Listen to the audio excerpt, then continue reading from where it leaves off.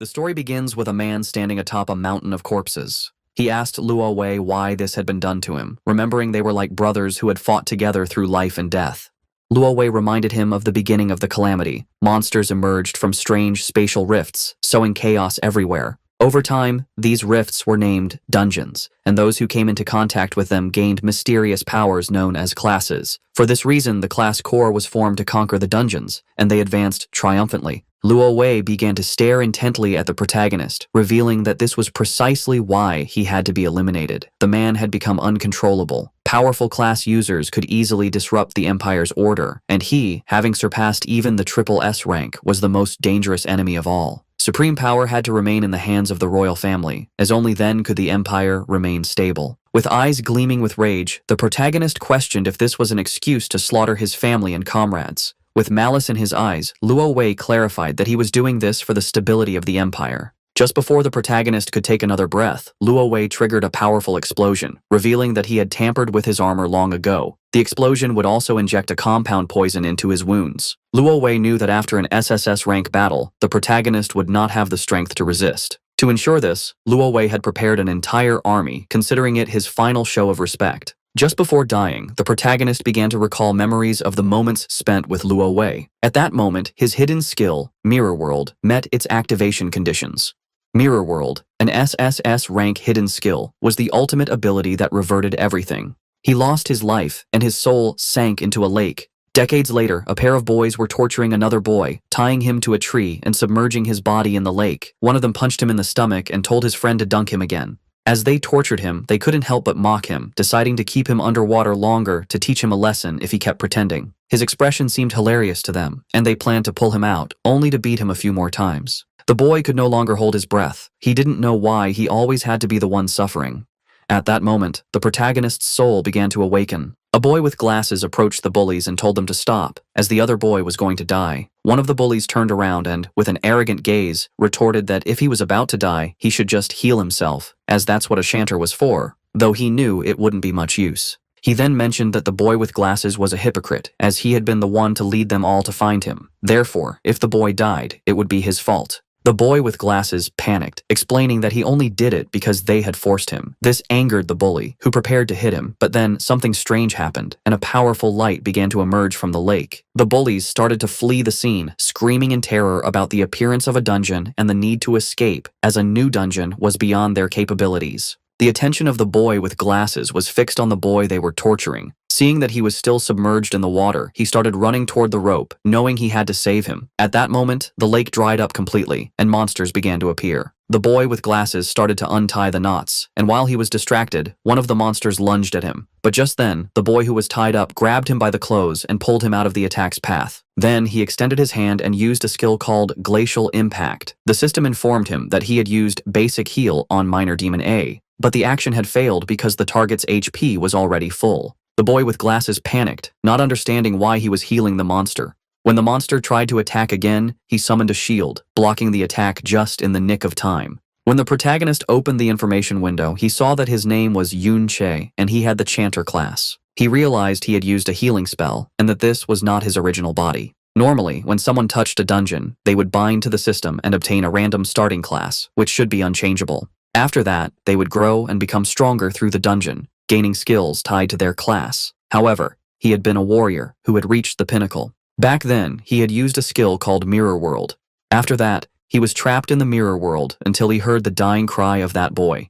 He finally realized that he had been revived in that boy's body. This was not exactly a happy thought, but he still thanked the boy for giving him a chance at revenge. The boy with glasses informed Yunche that the monsters were surrounding them and asked for immediate help, as he could only handle 3 at most. The protagonist knew his body was too weak. Even these small enemies were beyond his capabilities. At their speed, he couldn't even run. Opening his skill window, he realized they were all useless. Basic Heal restored 1 to 4 HP to a target, and Entangling Vines summoned vines to immobilize a single enemy with a low success rate. Chanter was too specialized. Its strengths were in support, but it was outclassed in every role. It was no wonder this class was always looked down upon. For now, with his old combat instincts, he could resist briefly. Yuncha dodged the monster's attack, knowing he needed a quick way out, as he would die if his stamina ran out. Now, the hidden skill, Mirror World, was his only hope. The protagonist dodged an attack without knowing how the skill worked and then touched the monster, but the skill failed as the conditions were not met. He didn't know if his level was too low or if it needed a real mirror. When he used the skill on the monster again, it failed once more due to his level being insufficient. Noticing this, he concluded that Mirror World needed a reflective surface to activate.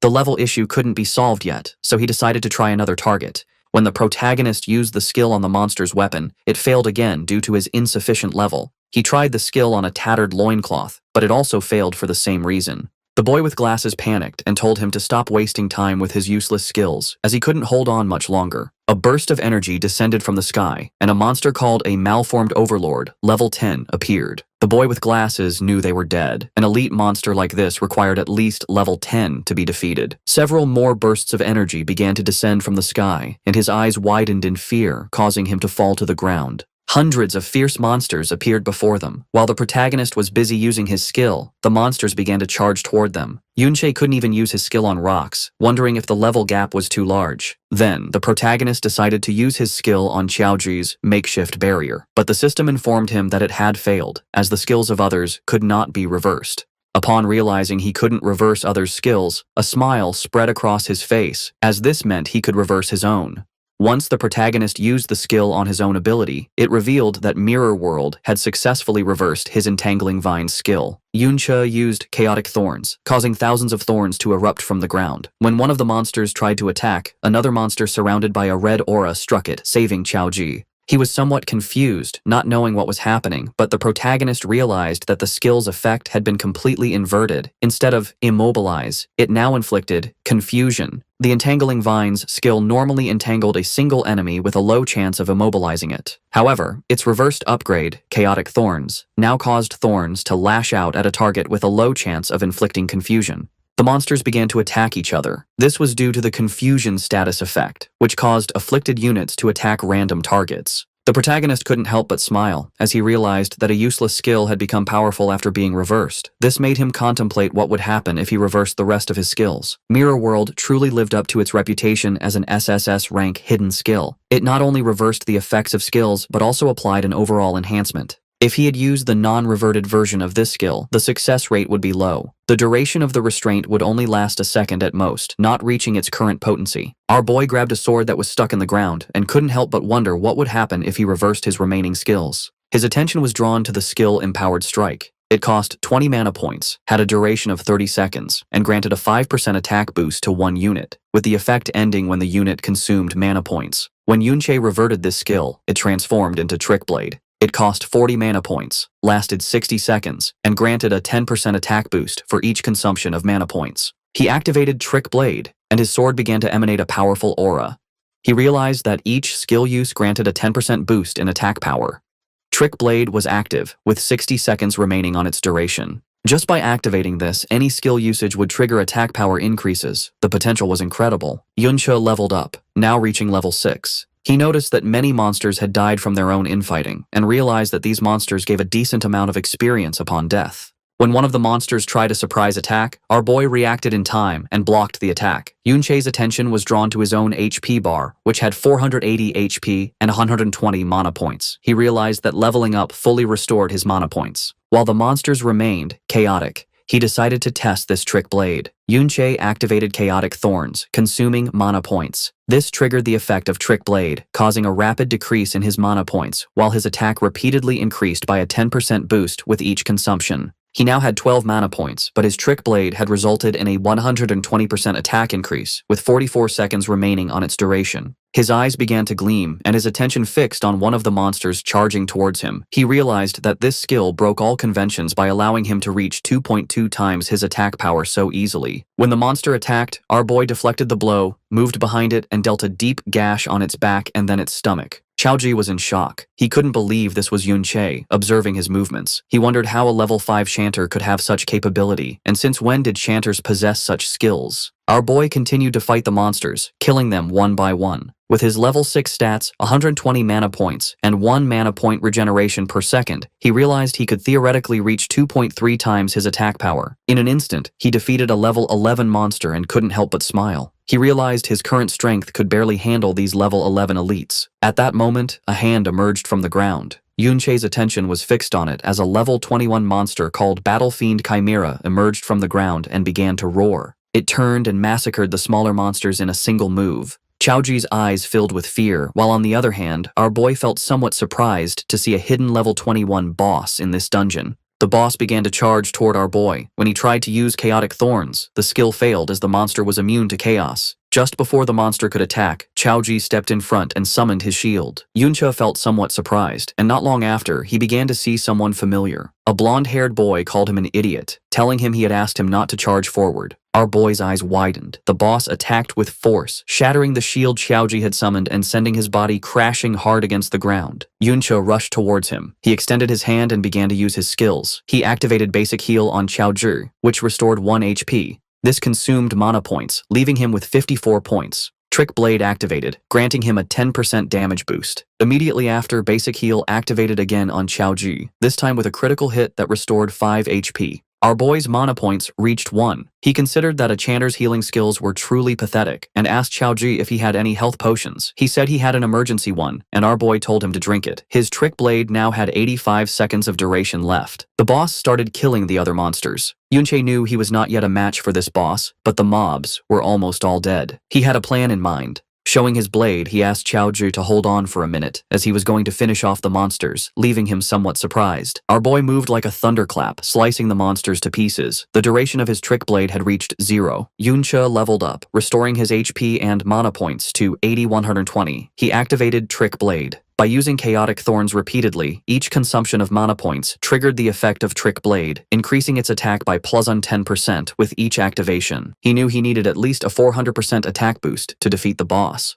He began to slaughter more monsters, leveling up again. This restored his mana points to 110. He activated Chaotic Thorns, which granted him a 10% attack damage boost and reduced his mana points to 101. He repeated the activation of Chaotic Thorns, gaining another 10% attack boost as his mana points dropped to 92. He realized he had to cast Chaotic Thorns 40 times in 50 seconds, which meant he needed to reach level 10. Chaoji was in shock, unable to believe what his eyes were seeing. Yunche leveled up several times. The boss prepared to attack, but our boy began to glow. He was now level 12. His Trick Blade had a 510% boost and a duration of 95 seconds, which was more than enough to face this boss. Yunche moved like lightning, cutting off its arm, then appeared behind it and launched a chain of slashes, causing the monster terrible pain. Just before it had time to react, our boy sliced its body to pieces. In the blink of an eye, he had defeated a level 21 boss that had over 10,000 HP. After killing this boss, our boy gained 3 levels, now being level 15. Chaoji was in shock and didn't know if he was dreaming, wondering if a level 5 chanter had just solo cleared an entirely new dungeon. Now that the dungeon lord had been defeated, the dungeon was cleared. He approached and asked Yunche if it was really him. The monsters dropped items, and the system prompted our boy to collect them. He wanted to know how our boy had suddenly become so strong. Our boy began to recall his past, and upon seeing Chaoji's face, he asked what his relationship was with Chao Ben. Chaoji was in shock, as he didn't know how Yunche knew his great-grandfather's nickname. Yunche was somewhat surprised to learn that he was actually the great-grandson of Chao Ben. He began to remember Chao Ben, and his eyes filled with sadness as all the people he knew had been killed by Luo Wei.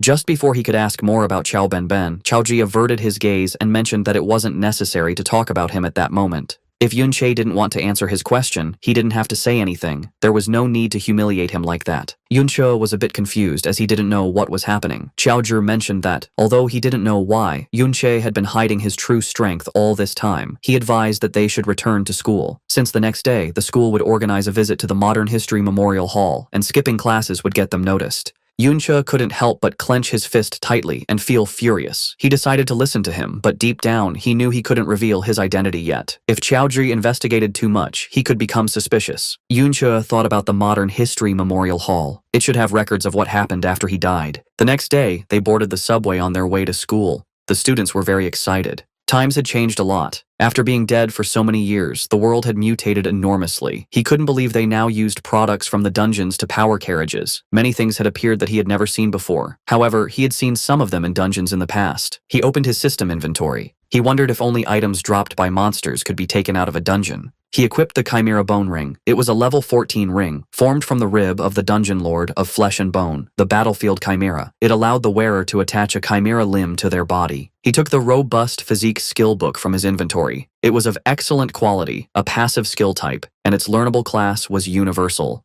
He noticed that equipment like this and skill books could be taken out through the inventory. They could also be bought and sold outside of dungeons. He had the resilient physique skill active. It was a passive, permanent skill that reduced incoming physical damage. Things that couldn't be stored in the inventory after defeating the Lord should have disappeared along with the dungeon. His eyes began to gleam with confusion. He didn't know what had happened after his death. Not long after, he arrived at the Modern History Memorial Hall, and the first thing he saw was the statue of Luo Wei, the supreme ruler of the kingdom, the emperor who had ended the dungeon disasters. The teacher began to guide the students through the Modern History Memorial Hall. He explained that many students knew that this very place, more than 50 years ago, had been the battlefield of that famous rebellion. The teacher explained that back then, they were deeply afflicted by the dungeons. He added that, especially after the most terrifying triple S rank dungeon appeared, everyone lived in fear. King Luo Wei personally led the professional army on an expedition. Despite suffering heavy casualties, he finally conquered this terrifying dungeon. But just at that moment, he encountered a long-planned rebellion. Its mastermind, as everyone knew, was Yun Che. Yun Che was the same man deeply trusted by the king, but who ultimately became an ungrateful traitor. Yun Che couldn't help but feel furious seeing that this was what history had become. They were the ones who cleared the triple S rank dungeon and the ones who were ambushed. The teacher clenched his fist, mentioning that they couldn't imagine the pain of being betrayed under such circumstances. But their king overcame this sorrow and fought with blood and courage. Finally, with the help of the hero Ding Kun, he successfully suppressed the rebellion. Yun Che's eyes filled with curiosity upon hearing the name Ding Kun. He wondered if such a person existed. The bullies who had been torturing Yun Che in the lake appeared and felt somewhat confused to notice that they were still alive. They wondered how this was possible since he and Qiao Ji had been dragged into the newly formed dungeon. One of the bullies mentioned that the dungeon had been cleared. He thought that for a new dungeon to be cleared so quickly, a master must have been nearby. According to him, they were incredibly lucky to have found that master. Our boy's attention fixed on them, realizing that they were the bastards who had been torturing the owner of his body. Everyone began to approach Ding Shu to find out what he was talking about, reacting with total disbelief. They wondered if he had really encountered a new dungeon and, more shockingly, if he had survived a disaster within it. Ding Shu put his arm around Qiao Ji's shoulder and mentioned that he was quite lucky to have made it out alive. He began to whisper, revealing that they had almost dragged them into that dungeon that day and demanded to know how they planned to settle this debt. Qiao Ji panicked, making it clear that it was Ding Shu's fault. He threatened to report him, accusing him of almost causing his and Yun Che's deaths. Ding Shu grabbed Qiao Ji by the head, questioning what was going through his mind and realizing that he didn't seem to have any idea of the situation at all. Ding Shu sked Qiao Ji to look at the statue in front of them and observe his ancestor being trampled upon by the hero. He revealed that he was the traitor, Qiao En, and Qiao Ji was his descendant. Finally, he asked if he really thought anyone would take his side. Ding Shu began to shout, saying that Qiao Ji could insult him, but he could not insult his ancestor, leaving poor Qiao Ji in shock. Everyone started to gather around, knowing that Ding Shu's grandfather was the hero Ding Kun. Upon hearing this, our boy's eyes began to gleam with rage. The students realized that the person next to them was Qiao Ji, the descendant of Qiao En. To them, the descendant of a traitor insulting a hero was a sign of a world turned upside down. They recalled that his ancestor, Qiao En, had slaughtered many people, and if the hero hadn't intervened, who knows how many more would have died. Ding Shu began to feign, making it clear that he didn't care what he said about him behind his back, but he couldn't allow him to insult his ancestor to his face. The teacher approached Qiao Ji, placed a hand on his shoulder, and asked him to apologize. He told him that, as his teacher, he had always been fair, and reminded him that the hero had forgiven his family in the past. He concluded that, even if he didn't feel gratitude for this, he had no right to defame him. After saying this, the teacher left.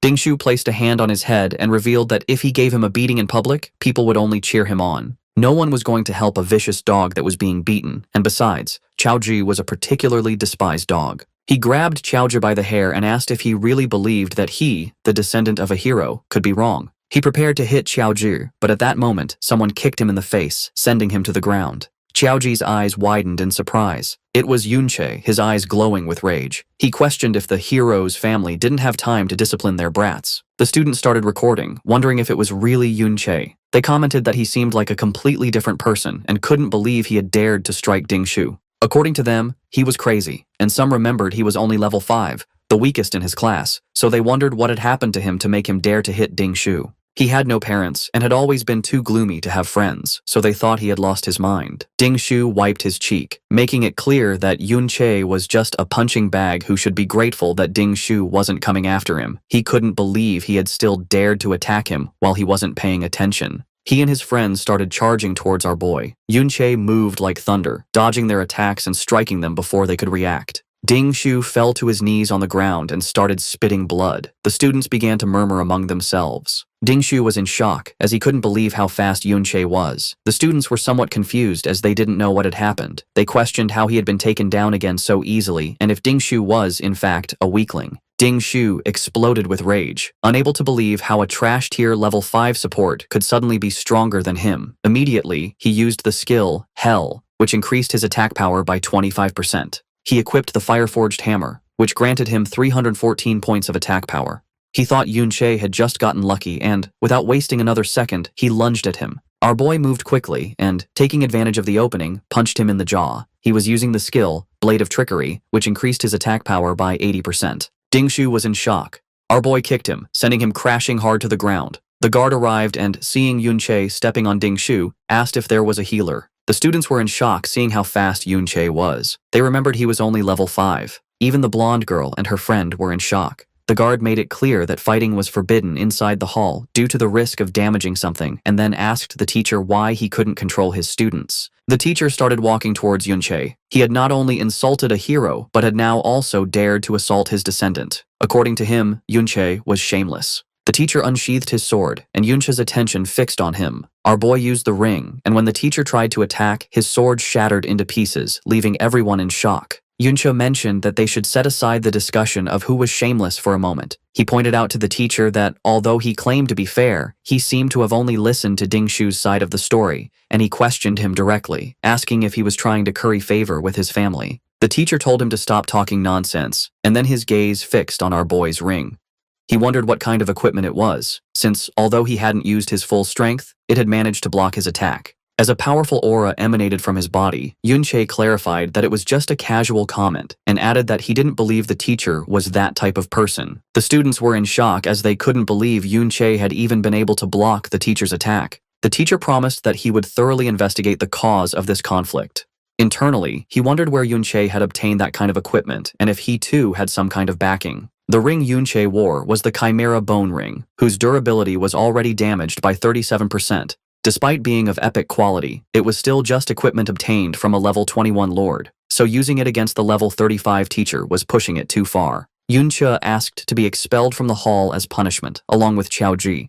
Qiao Ji stood up and began to follow our boy with a confused gaze. The students couldn't believe that Yun Che had been able to block the teacher's attack and wondered if this was something a student could do. The teacher asked his students to use a healing spell on Ding Shu, and in the meantime, our boy and Qiao Ji left the hall. He was sad, as he couldn't believe that in the end, no one had survived, and Ben had been killed long ago by that so-called hero. His gaze fixed on Qiao Ji, and he thought that if he asked him anything now, he would answer without thinking. He coughed and mentioned that his knowledge of history wasn't very good, so he asked him to recount the specific deeds of that hero, Ding Kun. Qiao Ji became nervous, mentioning that, although he wasn't sure if he remembered correctly, it seemed the hero Ding Kun had discovered the great villain Yun Che's conspiracy beforehand. He recounted that he had prepared an ambush near the SSS rank dungeon to provide support, and that was how the entire rebellion crisis was resolved. Yun Che felt somewhat surprised. He began to remember his past life and how they had been ambushed.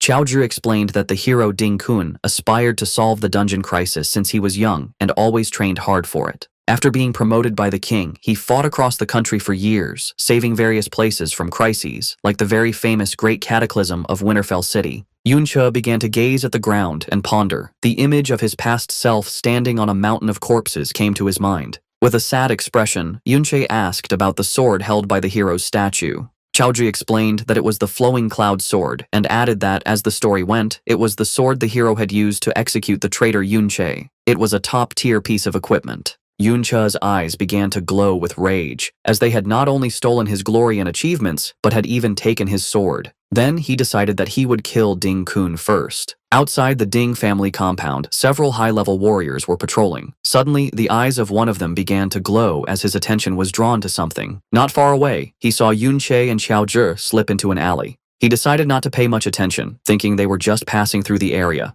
Noticing how alert the man was, Yunche wondered if he was a wanderer with a scout skill. Xiaoji suggested to Yunche that they should just leave. He argued that there were too many guards and that even if they managed to sneak in, the moment Ding Shu returned, they would be done for. Although he wanted to go and directly kill that hero, Ding Kun, he knew it wasn't possible. According to Xiaoji, Ding Kun spent all his time in a high-level dungeon. Unlike in his past life, one could not freely enter and exit dungeons now. The high-level ones were all guarded by the military, and a special pass was needed to enter. However, he was sure that Ding Kun's family must have such a pass in their home. Our boy asked if it was necessary for their family to keep so many guards, considering they were just one of dozens of branches descended from Ding Kun. Xiaoji revealed that, after all, they were descendants of a hero, and that they also had a dungeon within their property. Our boy's eyes widened in surprise to learn that they had a dungeon at home. Xiaojai mentioned that low-level dungeons had long been bought and sold privately, but this was not something that people without power and influence could even dream of. Ding Shu had guards with him all the time, so he could farm monsters and level up whenever he wanted. In contrast, ordinary students like them could only do so during the school's dungeon practicals, where they even had to fight over the monsters. Yunche realized that this era had changed a lot and questioned if this didn't mean that the richer and more powerful one was, the higher their level would be. Xiaoji nodded, revealing that an ordinary person usually graduates from school between level 15 and 20, and since many no longer have access to dungeons after that, they remain stuck at that level. If one got a job related to dungeons, like a miner or a ranger in a national dungeon, they might reach a level close to 30 by middle age. In contrast, guards like those at Ding Shu's house could take advantage of their family's dungeon, allowing them to be around level 30. To reach a higher level, one generally had to be recruited by the army or enter an official organization, such as a guild or a military academy, through school assessments. Only then could one access higher-level dungeons and reach higher levels. Our boy knew that if he wanted to become stronger, that pass was essential. Xiaoju suggested they just leave, arguing that the level gap was too large and that no matter how skilled he was, he would be no match for those guards. Yunche was aware that his current strength was far from enough to kill that hero, let alone the Supreme King Luo Wei, who was under layers of protection. However, he knew that the scouting skills one could learn around level 30 were generally small area skills, like Eagle Eye, Enhanced Hearing, or Krat Spirit Summoning. These were not enough to cover the entire mansion compound 24 hours a day. Besides, this wasn't a life or death dungeon, and most of the guards were very complacent.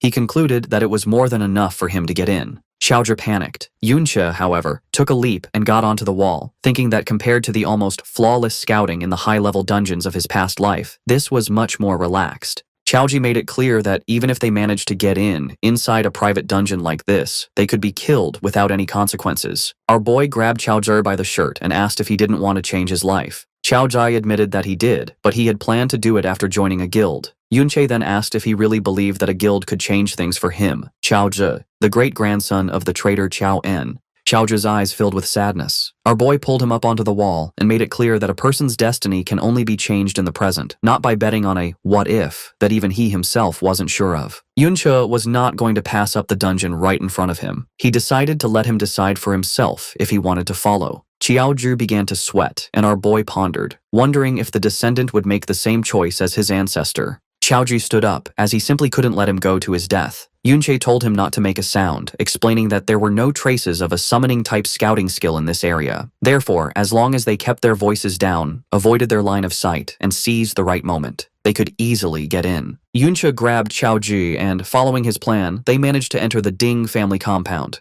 Xiaoji's attention was fixed on a dungeon that unfolded underground. They entered the dungeon and saw two monsters, one level 6 and the other level 8. Our boy noted that the level was slightly higher than in the previous dungeon, but the number of monsters was not as high, probably because Ding Shu's family killed them regularly. Our boy mentioned that there were only 2 small mobs and asked him to go and give it a try. Xiaoji couldn't help but feel scared and refused, stating that there was no way he could beat them. Our boy forced him to fight. The monsters attacked, and he summoned his shield to defend himself, still unable to believe that Yunche trusted him to win. Xiaozhi grew nervous and thought he shouldn't have come. Now he wanted to go home. Yunche suggested he try fighting back, but Xiaozhi asked how he was supposed to find an opportunity to fight back. Yunche assured him that he was watching and nothing bad would happen.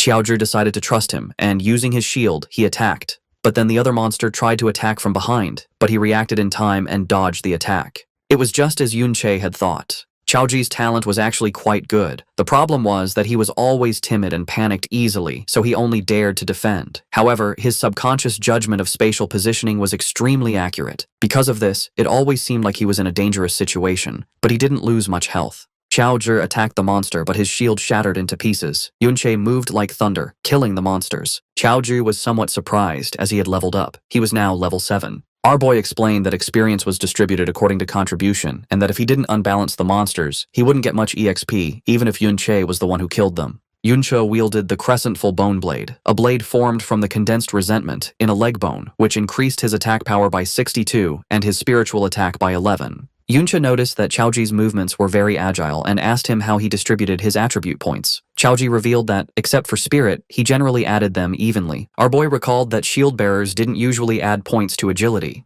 Chaoji explained that if he didn't, he found it difficult to find a party at school. He clarified that no one wanted to wait for a slow shield bearer, as by the time he arrived, the others would have already taken all the monsters. Yunche let out a sigh and explained that he needed to have a long-term perspective. He clarified that advanced class promotions after level 60 had attribute requirements. He gave the example of the Bastion Fortress class, which required 60 stamina and 90 defense points, concluding that he couldn't just add points randomly. Chaoji mentioned that the highest an ordinary person would ever reach in their life was level 40-something and wondered how he could even think about level 60, as that was S rank. Our boy placed a hand on his shoulder and, with a smile, told him that from that moment on, he could start thinking about S rank, or things far beyond S rank. That said, he also needed to start planning his own class advancement. He reflected that his support class had only been revived thanks to the hidden skill Mirror World, and that, if nothing unexpected happened, he would probably change to another class. He was in shock as he realized something stunning. His Mirror World skill could be leveled up. In the Ding family's private dungeon, Yunche fought monsters with surprising speed. His Trick Blade skill boosted his attacks, but it ended just as he hit a level 17 zombie greed demon. The monster, still alive, showed Trick Blade's power, but also its limits in long fights. Yunche's mana and stamina were low. The monster died, confirming his body couldn't handle extended battles. The fight yielded huge rewards.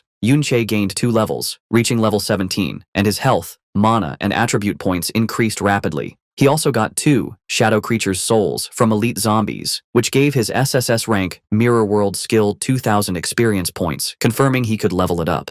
After the battle, Yunche collected items, pleased with the levels and Mirror World experience. Suddenly, sensing danger, he moved higher and saw Ding family guards patrolling more often. Below, Chaoji, level 8, with new gear, nervously suggested they stop. He noted fewer monsters and high guard alert, making it too risky, wondering if they were found. Yunche agreed. Fighting now would be too hard, requiring constant guard watching and careful Trick Blade use. With his current power and increased security, the risk was too high. Yunche looked at a new skill book, Brick Spell, which created mana bricks. When reversed by Mirror World, it became Void Technique, making small objects intangible. He realized not all reversed skills were for combat. Some had subtle non-fighting uses. Yunche checked his Mirror World skill. It needed 30% more experience to level up. Standing on the cliff, he thought about the amazing power its reversal gave him, even at its basic level. He felt more determined, imagining how much stronger he'd become when it leveled up. With glowing eyes, Yunche made a new plan.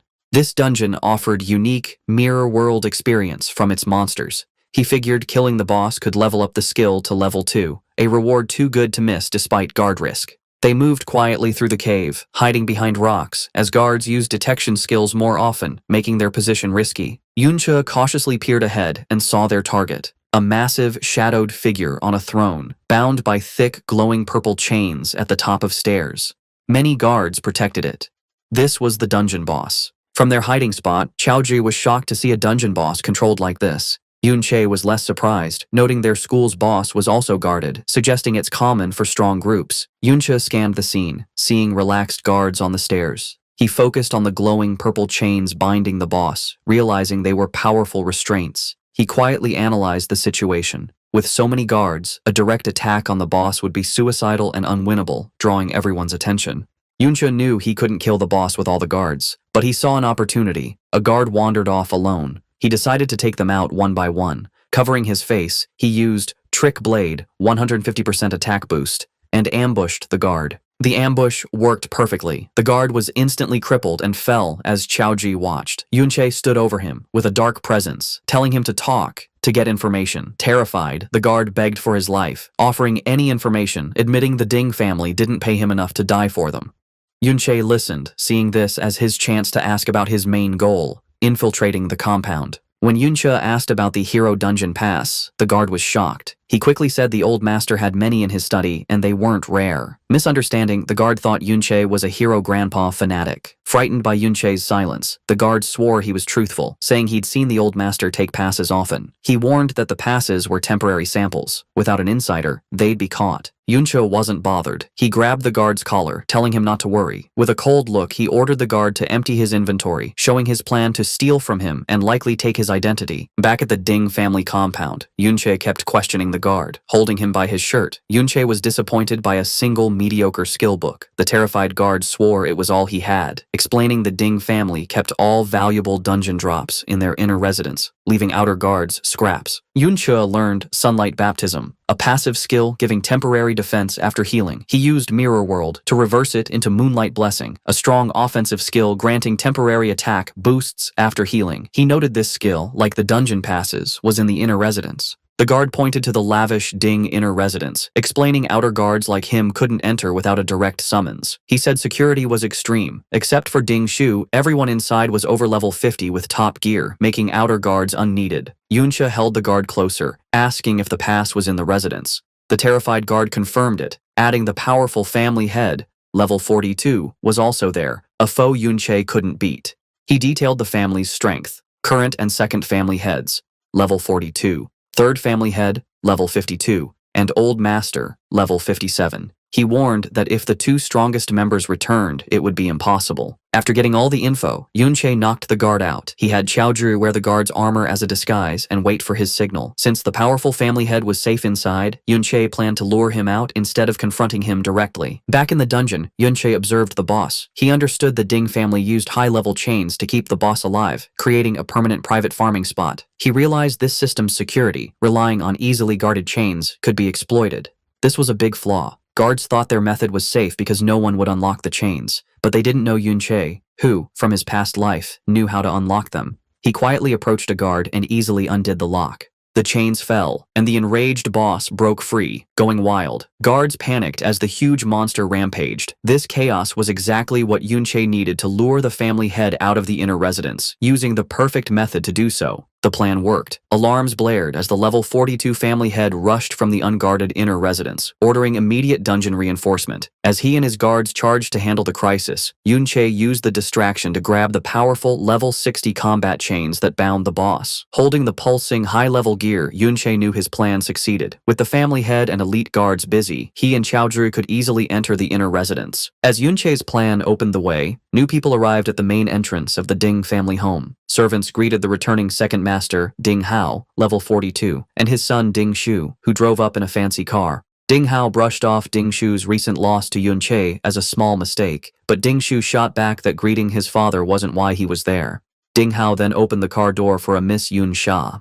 Two young women stepped out, one with long blonde hair, and her dark-haired friend, likely Yun Sha. The mustached family head, back from the dungeon mess, waited at the top of the stairs, smiling. Suddenly, his smile vanished, replaced by confusion, then anger. He roughly kicked a bowing servant out of his way, telling him not to block him. As the servant lay on the ground, the angry family head walked quickly towards Ding Hao, Ding Shu, and their two female guests, clearly upset. From the woods, Chaozhi, dressed as a guard, watched the scene at the house. Yunche suddenly appeared behind him, surprising the boy. Chaozhi said he was worried, noting that with the Ding family back, it wasn't a good time to sneak into the house.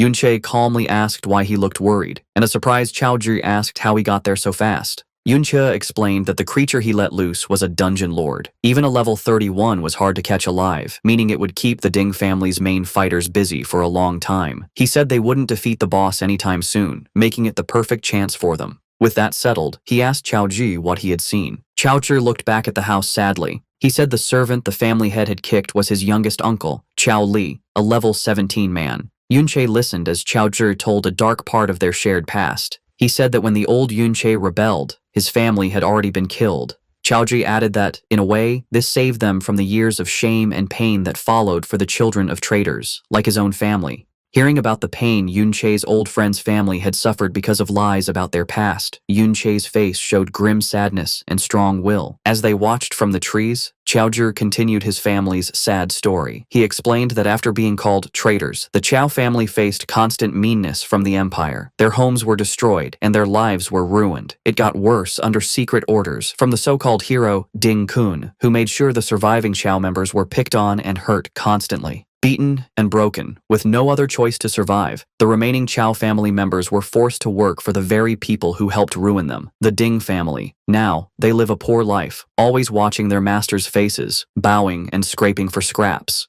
Chaozhi admitted with shame that they are sometimes shown off as proof of the Ding family's power and kindness for forgiving the children of a traitor. He said his father's generation tried to fight back and change their fate, speaking out against the unfairness, but their effort ended badly. The stress broke his father, who went crazy, while his uncle Chao Li became completely obedient, acting like nothing more than the Ding family's dog. Heavy with this hopeless history, Chaozhi began to doubt his own actions, wondering if it was right to follow Yunche into such a dangerous place. His doubt was cut short when Yunche turned to him and said firmly that he needed to go to the inner residence. Panicked, Chaozhi tried to stop him, quickly reminding him that Ding Shu's father, a fully equipped level 42 fighter, was inside. He warned Yunche that if he was found, he would surely die. Yunche wasn't scared by the danger. He explained his belief that in this time, where powerful people control who can use power and dungeons, one can't hope to change their life without taking chances. He looked at Chaozhi, adding that some things will never get done if one worries and waits too much. Finally, Yunche gave him a clear choice. He told Chaozhi he could help him change his fate, but Chaozhi had to decide to act first.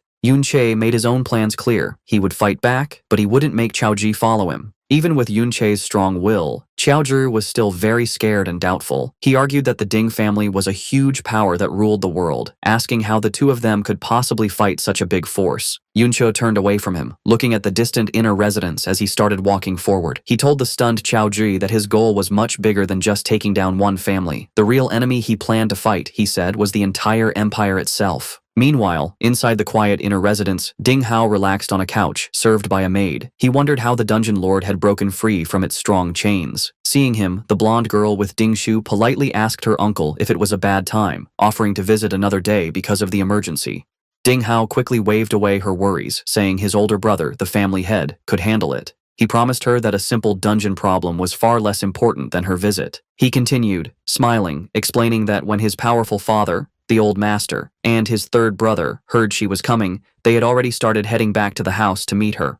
Also, he said they had already contacted Hero Grandpa, who was very excited to meet her, making it clear that handling the situation would be very easy. From a hidden spot on a balcony, Yunche heard everything. His attention sharpened at Hero Grandpa, knowing they meant the so-called hero, Ding Kun. His mind raced, connecting this new info with what he'd learned from the captured guard. To enter the hero's dungeon, one needed both a pass and someone to go with them. He looked at the guests, seeing how respectfully Yunsha was treated, and realized her status must be very high. Then, an important detail hit him. Her name was Yunsha, sharing the same last name as his current self. He wondered if this was just a coincidence. For now, he pushed the thought aside. He focused his gaze, deciding to concentrate on his immediate goal, getting the dungeon pass. As he watched, Yunsha stood silently, her face unreadable, a figure of mystery and importance. With the Ding family's main fighters busy, Yunche used the chance to sneak into the inner residence. He moved silently through the rich hallways, slipping past two maids talking and using the shadows to hide. He went through the richly decorated halls, moving deeper into the mansion towards his goal. Meanwhile, outside the dungeon, the problem was solved. The family head, Ding Yi, level 42, and his forces stood before the now defeated dungeon lord. Ding Yi looked at the situation, deciding the creature had been let loose on purpose. He was bothered, though, because they couldn't find who did it. He figured that taking such a big risk couldn't have been just for one piece of good equipment like the chains. Determined to protect his home, he ordered his guards to surround the inner residence first. His main concern was his important guest. He couldn't let anything scare the young lady. Inside the study, Yunche started his search. He went to the desk the guard had told him about, but was at first annoyed to find the drawers empty. Remembering his new non-fighting skill, he used phasing, the reverse of brick spell. This let his hand go through the solid wood of the desk, showing a hidden spot inside. He found a drawer full of books and journals. He pulled out the items, his eyes first landing on what looked like a diary. Pushing it aside, he found the real prize, a collection of high-quality, fancy skill books. One was for a strong support skill, slowing aura, which could slow all enemies in a wide area. He had found the family's secret stash. The entrance to the Ding family's inner residence was now full of guards. Hiding in the nearby woods, Qiaoji watched in terror, wondering why all the guards had come and fearing they had been found. His panic grew as more guards arrived, and he realized the situation was too risky. He worried that if Yunche didn't get out right away, he would be caught. The fear of being caught brought back painful memories of his father going mad and his family's constant suffering. His first thought was to run, to sneak away, and save himself. As another guard came near his hiding spot, he was frozen by not knowing what to do. But at that key moment, Yunche's words came to his mind. He could be helped to change, but he had to make the choice himself first. Having made up his mind, Qiaoji let out a loud shout, purposely getting the guards' attention. He then burst from his hiding spot and started running, leading them away from the mansion. He had made his choice. He would act as a distraction to make sure Yunche wasn't found. From inside the mansion, Yunche saw Qiaoji's brave act. With the guards distracted, he broke a window and jumped out. He felt proud, realizing that his friend had finally overcome his fear and chosen to fight against his fate. To help Qiaoji escape, Yunche created an even bigger distraction. He landed among the guards, taunting them by saying he had stolen the chains and skill books, daring them to come and get them. Angry, the guards immediately left their positions and chased him. As he ran, Yunche used the slowing aura skill he had just stolen. However, thanks to Mirror World, the skill was reversed, becoming accelerating aura, which sped up himself and any friends nearby. The family head, Ding Yi, saw them running, but noticed something strange. Instead of running away from the house, they were heading back towards the dungeon. Realizing the danger, he ordered 2 of his squads to stop chasing and go back to protect the dungeon lord. Qiaoji, now running beside Yunqi, was totally confused. He asked why Yunqi was leading everyone in the wrong direction, back towards danger. Yunqi explained his big plan. He knew that with so many guards drawn out to chase them, the remaining forces must have already defeated the wild dungeon lord. To control the powerful boss, they would have had a huge fight. This meant the Lord's health was now at its very lowest point, making it weak.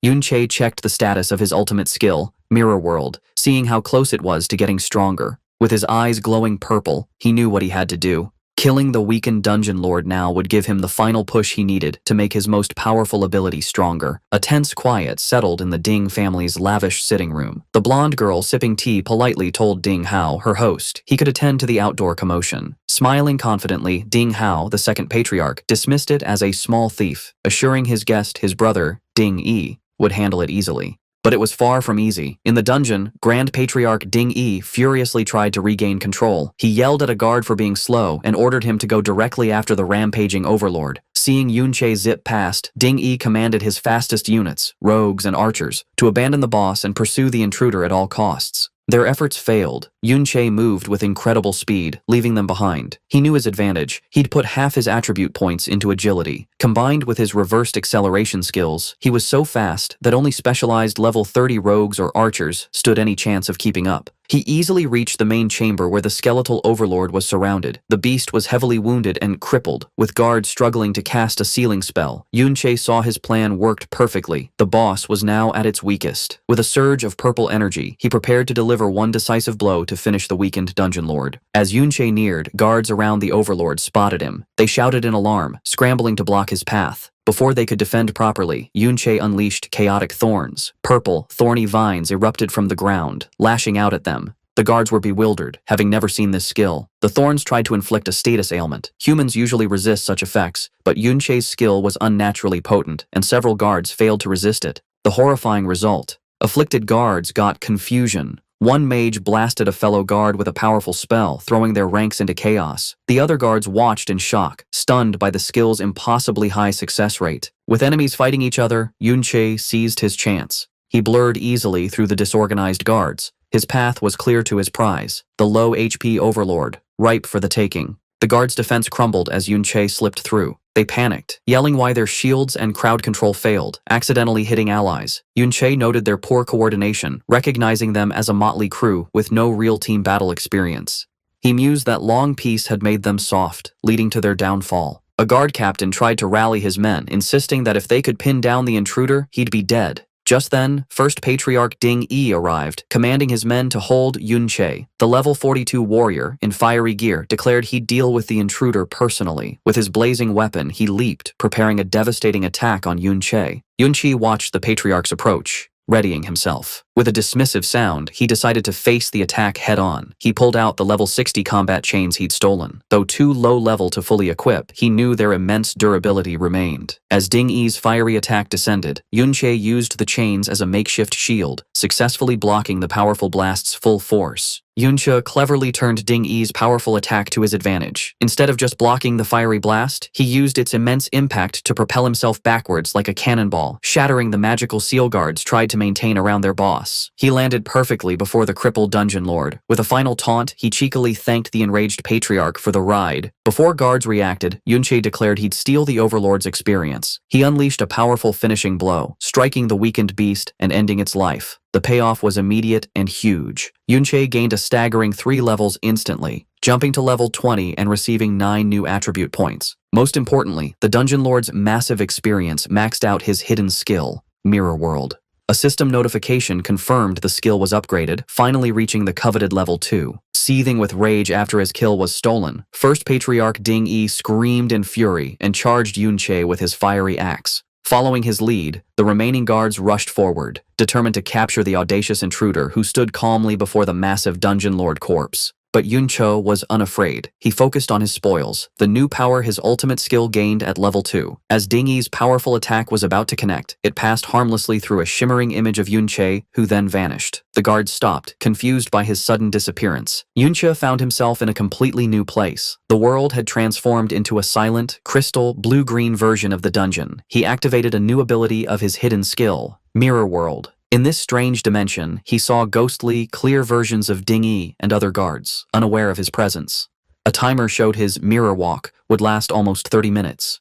He realized with excitement that he could now enter the very world inside the mirror. Inside the strange blue-green world, Yunche started to use his new power. He saw that everything was a perfect mirror image of the real world, flipped left to right. At first, he thought the ghostly shapes of the guards were just tricks, as his hand went right through one. But when he touched the crystal-like ground, he found it was solid, realizing this place was more than just a trick. His exploration led to an amazing find. He picked up a solid crystal piece from the ground, and a message told him he had a mirror shard that, importantly, could be taken out of this world and into the real one.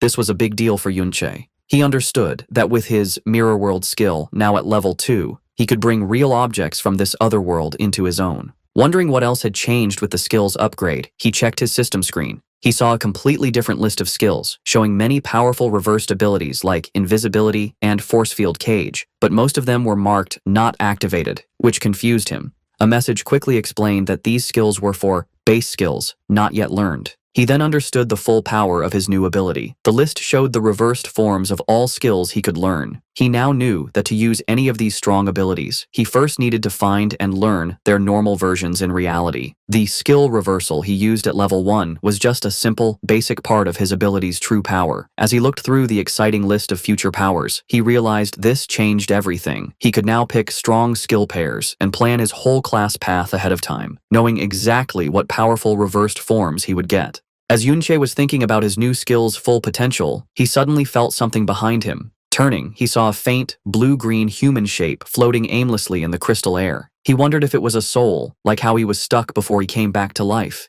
The idea interested him, and he asked if other souls were also in this strange world. Without warning, the calm soul flashed with green energy, turning into a screaming, bone-like undead creature that lunged at him. Surprised, Yunche pulled out his glowing blade and got ready to fight. He met the creature's attack, and with one swing, easily smashed the undead being, noting it didn't seem very strong. Just as he finished the creature, a new message popped up, getting his attention. The system offered him an undead contract. It explained he could make a deal with the soul he had just beaten, letting it leave the mirror world and fight for him in the real world. The contract also said the soul's highest level would always be the same as his, and he could have 20 such contracts. This unexpected event made Yunche think about what this new power could do. Yuncha thought about what his new power meant. He now understood that after beating an undead creature in the mirror world, he could make a deal with its soul and bring it out into reality as a powerful fighter. Holding the mirror shard he had made real, he knew his ability wasn't just for things like stones. The level 2 upgrade to mirror world was a real game changer, letting him bring not only items, but also an army of undead from the mirror world into the real one. Looking at the huge crystal landscape full of possibilities, he found the idea interesting. Back in the real world, things were messy. With its lord defeated, the private dungeon had vanished, leaving a stunned and confused army of guards. They couldn't understand where the intruder had gone. One captain frantically asked how he just vanished, wondering if it was a high-level rogue stealth skill.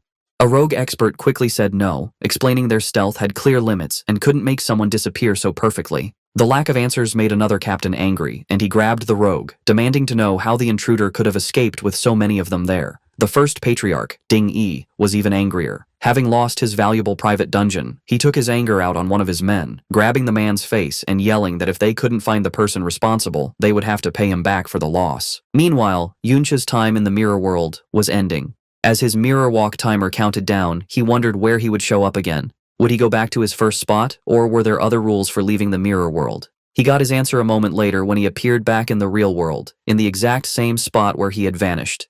The angry Ding Yi spotted him right away, and without thinking, roared for his men to get him. Facing the new attack from the Ding family's fighters, Yunche stayed perfectly calm. He held up a hand, a swirling green light glowing in it, as he told them not to be so fast. He said that after being ganged up on for so long, it was time for him to do the same. With that, he used the power he had just gained from the mirror world. A flood of spooky skeletal warriors burst out, forming a scary undead army that rushed towards the shocked guards. The guards reacted with pure terror, their attacks slowing as they questioned what these ghost-like figures were, wondering if they were actual ghosts. The first patriarch, Ding Yi, tried to calm the growing fear. He yelled at his men not to panic and said the creatures were just undead monsters he had seen many times before. One of the guards fought a skeletal warrior, getting ready for a tough fight. However, he was surprised to see a health bar appear above the creature. It was an undead skeleton warrior, and it was only level 20, the same as Yunche. Despite this, the fear was strong. Dingy's face twisted with rage at his men's continued hesitation. To get them to fight, he promised a bonus to everyone if they attacked and caught the intruder. The idea of a reward seemed to make them brave again. But as the guards turned their attention from the undead army back to Yunche, they found he was no longer there. Confused, they looked around, wondering where he could have possibly gone. Having used his newly summoned undead as a distraction, Yunche watched the fight from a safe distance. He judged that his current army was still too weak to be truly effective. He knew that if he could find and make deals with stronger souls, the disorganized guards would have been no match for him. However, he was limited by what he could find. He had already made deals with the 20 strongest souls available in the small area he had explored within the mirror world. Also, he found that his exploration of the mirror world wasn't endless. He had hit a wall that kept him within 200 meters of where he entered. This made him realize that to find better undead, he would need to enter the mirror world from different places in the future. His planning was cut short when he saw that his friend, Qiao Ji, who had been acting as a distraction, had been found hiding in the woods. One of the guards sneered at the disguised boy, teasing him about the reward he would get for catching him. Without hesitation, Yunche leaped from the shadows, quickly and precisely striking down the guards threatening his friend. With their path clear, he grabbed the stunned Qiao Ji and told him they were leaving.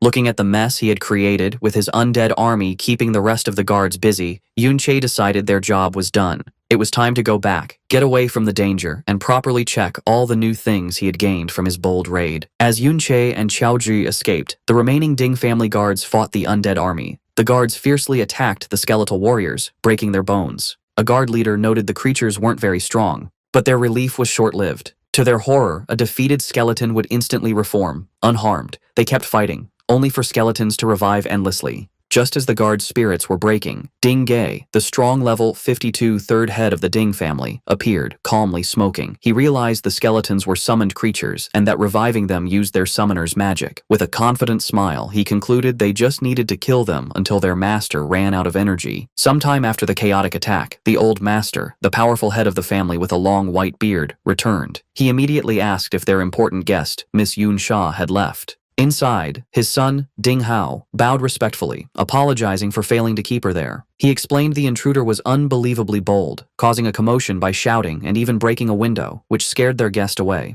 The old master, the formidable level 57 Ding Dan, son of hero Ding Kun, was furious. He yelled at his son for the complete security failure, enraged that an intruder got in and escaped without being identified. Ding Hao bowed his head in shame, taking full blame. However, Ding Hao offered good news. Despite the chaos, Miss Yunsha agreed to go to the hero's dungeon, meaning his grandfather, hero Ding Kun's matter was not ruined. This didn't calm the angry patriarch. Ding Dan swore they'd kill the culprits without mercy. He then impatiently ordered his son to quickly check what else was stolen. Safely away from the chaos, Yunche reviewed his gains. He looked at the temporary dungeon access permit he stole, which had Chaoji's name. He had the pass, his main goal, but still needed an escort for the hero's dungeon. He decided not to rush this problem. He assessed his other gains from the Ding family house raid. It was very profitable, raising his level to 20. His powerful Chimera Bone Ring was almost destroyed from blocking an attack, but he'd stolen over 10 valuable skill books. He saw one book had chant skills, all support types. He learned Battle Song Chant, which boosted critical hit rate and damage but lowered defense. He immediately considered its reversed form, Shield Song Chant, which would do the opposite.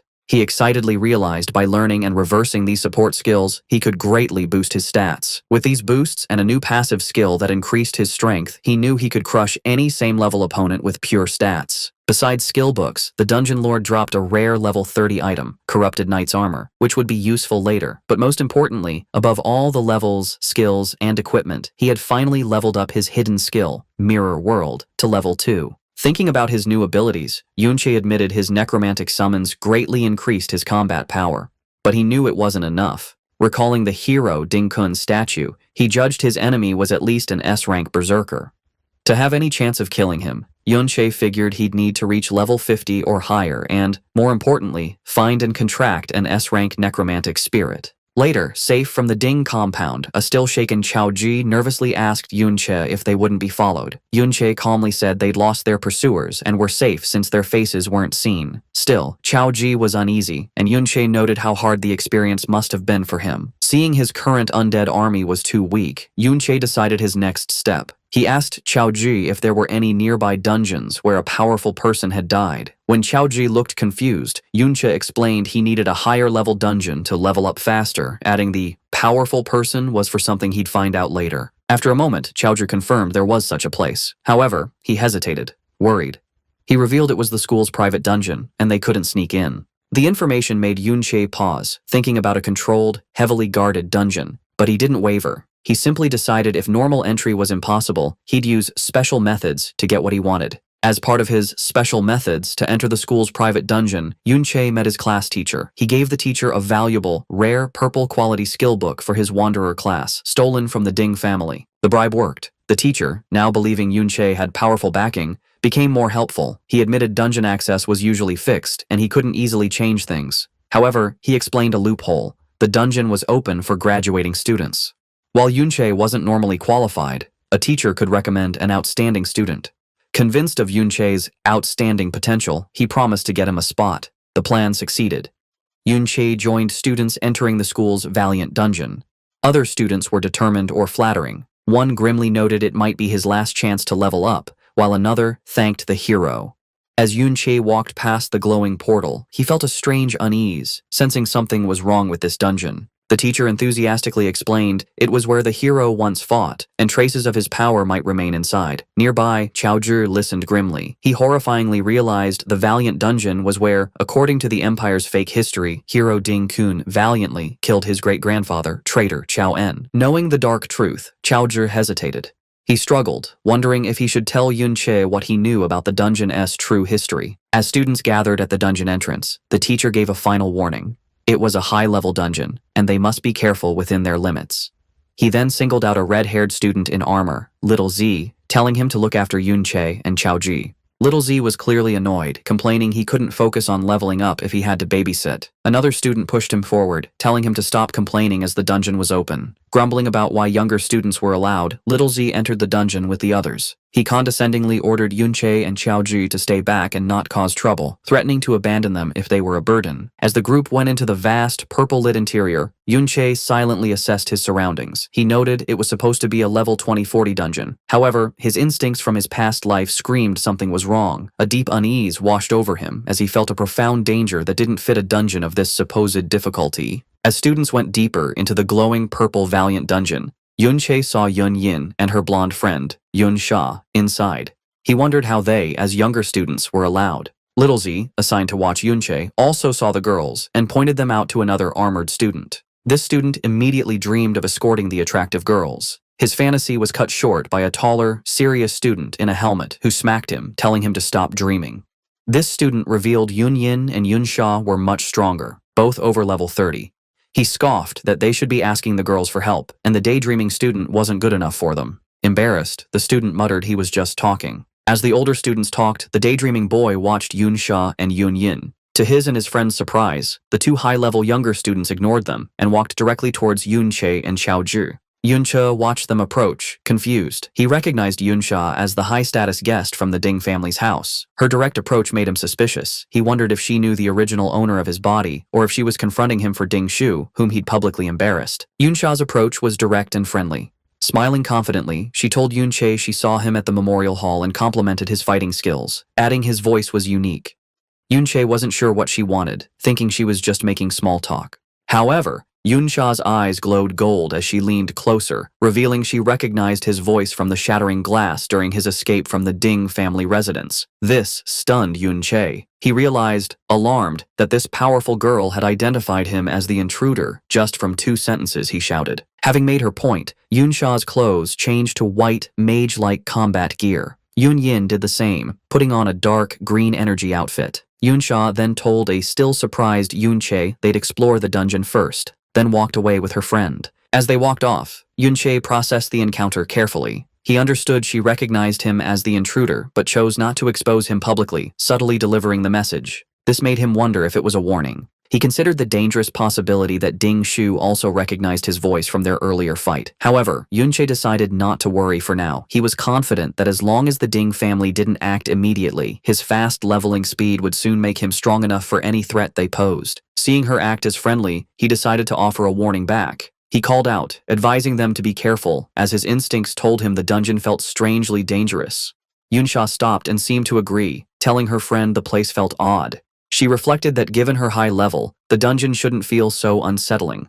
With a final knowing smile at Yun Che, she thanked him for the warning before she and Yun Yin continued. The brief friendly talk between Yun Che and the high-level girls didn't go unnoticed. The other older students watched in disbelief, gossiping about why the usually cold Yun Sha was so familiar with him. Driven by jealousy, they surrounded Yun Che, asking about his relationship with her and demanding an introduction. Not interested, Yun Che cut off their questions, announcing he and Xiao Zhi were leaving the group to explore alone. The older students were shocked by his overconfidence, warning him that as younger students, the level 20 monsters would surely kill them. To their surprise, their supervisor, Little Z, told them to let the two go. He reasoned that for Yun Che to be friendly with someone as powerful as Yun Yin, his own level must be high. When others protested, reminding him of their teacher's orders, Little Zai's true motive was revealed in his thoughts. He aggressively reminded his friends of their real reason, to find precious crystals. He didn't want to share the loot, so letting them wander off was perfect. He finalized his decision by callously telling the group to ignore them, reasoning they had distress signal guns if needed. As Yun Che and Xiao Zhi walked away, he watched them with anger and jealousy. He couldn't understand why a plain kid got Yun Sha's attention. His envy grew into dark malice. He concluded if Yun Che was so overconfident, he deserved to die. Sometime after Yun Che and others entered the dungeon, an angry Ding Shu arrived at the entrance. A male staff member and a woman asked him what he was doing. Filled with rage, Ding Shu grabbed the man's shirt, asking if a team had just gone inside. The staff member demanded to know what he planned to do. This fight came after a frustrating meeting Ding Shu had with his family elders. When he tried to tell them Yun Che and Xiao Zhi were the intruders who raided their home, his father, Ding Hao, dismissed him. He coldly told him not to blame them for his public humiliation, as he had no time for such small matters. Ding Shu strongly insisted he recognized their voices from the raid. However, Ding Ge was doubtful, pointing out the intruders were too skilled to be mere students, easily escaping many guards. Ding Ge said unless Ding Shu could prove their strength was greater than the guards, he couldn't support his claim. The family head, Ding Dan, coldly told him to leave them to their important matters. Dismissed by his family, Ding Shu had no choice but to act himself. Back at the dungeon entrance, he again confronted the staff member, declaring with crazy determination that since Yunche and Chaoji were inside, he had to go after them. Inside the dungeon, Yunche was fighting a tough level 20 greed demon crystal giant. The creature, made of sharp blue crystals, attacked fiercely. As Yunche dodged its hits, an even stronger enemy appeared, a level 30 greed demon crystal eye. It shot a powerful beam of purple energy right at him. Seeing the new monster's immense power, Yunche got ready for the hit. From far away, a terrified Chaoji shouted Yunche's name and used a support skill. A set of golden shields with angel wings appeared around Yunche, protecting him from the attack. The skill, called Surrounding Shield, gave Yunche a shield with 500 durability and 700 defense for 3 minutes. Chaoji didn't stop there. He used a motivational shout, which wrapped Yunche in an aura that boosted his power. This gave Yunche the inspired status, increasing his attack power and speed by 5%. It showed that Chaoji was quickly becoming a very good support player. Strengthened by Chaoji's help, Yunche used a series of powerful attacks on the huge crystal monster. With his Trick Blade skill active, which gave him a 70% attack boost, he shattered the strong level 30 Eye of the Mountain with a final, strong hit. The victory brought quick results. Yunche leveled up to level 21 and got 3 new attribute points. Chaoji was also happy, shouting in surprise as he leveled up to 11 and also got 3 attribute points. Yunche explained to his friend that the Surrounding Shield and motivational shout skills came from the books they had stolen from the Ding family. He said they were very useful skills that Chaoji was able to learn. As he looked at the defeated monster's remains, Yunche thought about how much better their teamwork had gotten. He knew the monsters in this dungeon were a bit high level, but Chaoji's new support skills made the fights much easier to handle. As they went deeper into the dungeon's crystal caves, Yunche remembered something his teacher had said. The teacher had mentioned a rare monster in this dungeon called the Obsidian Beast.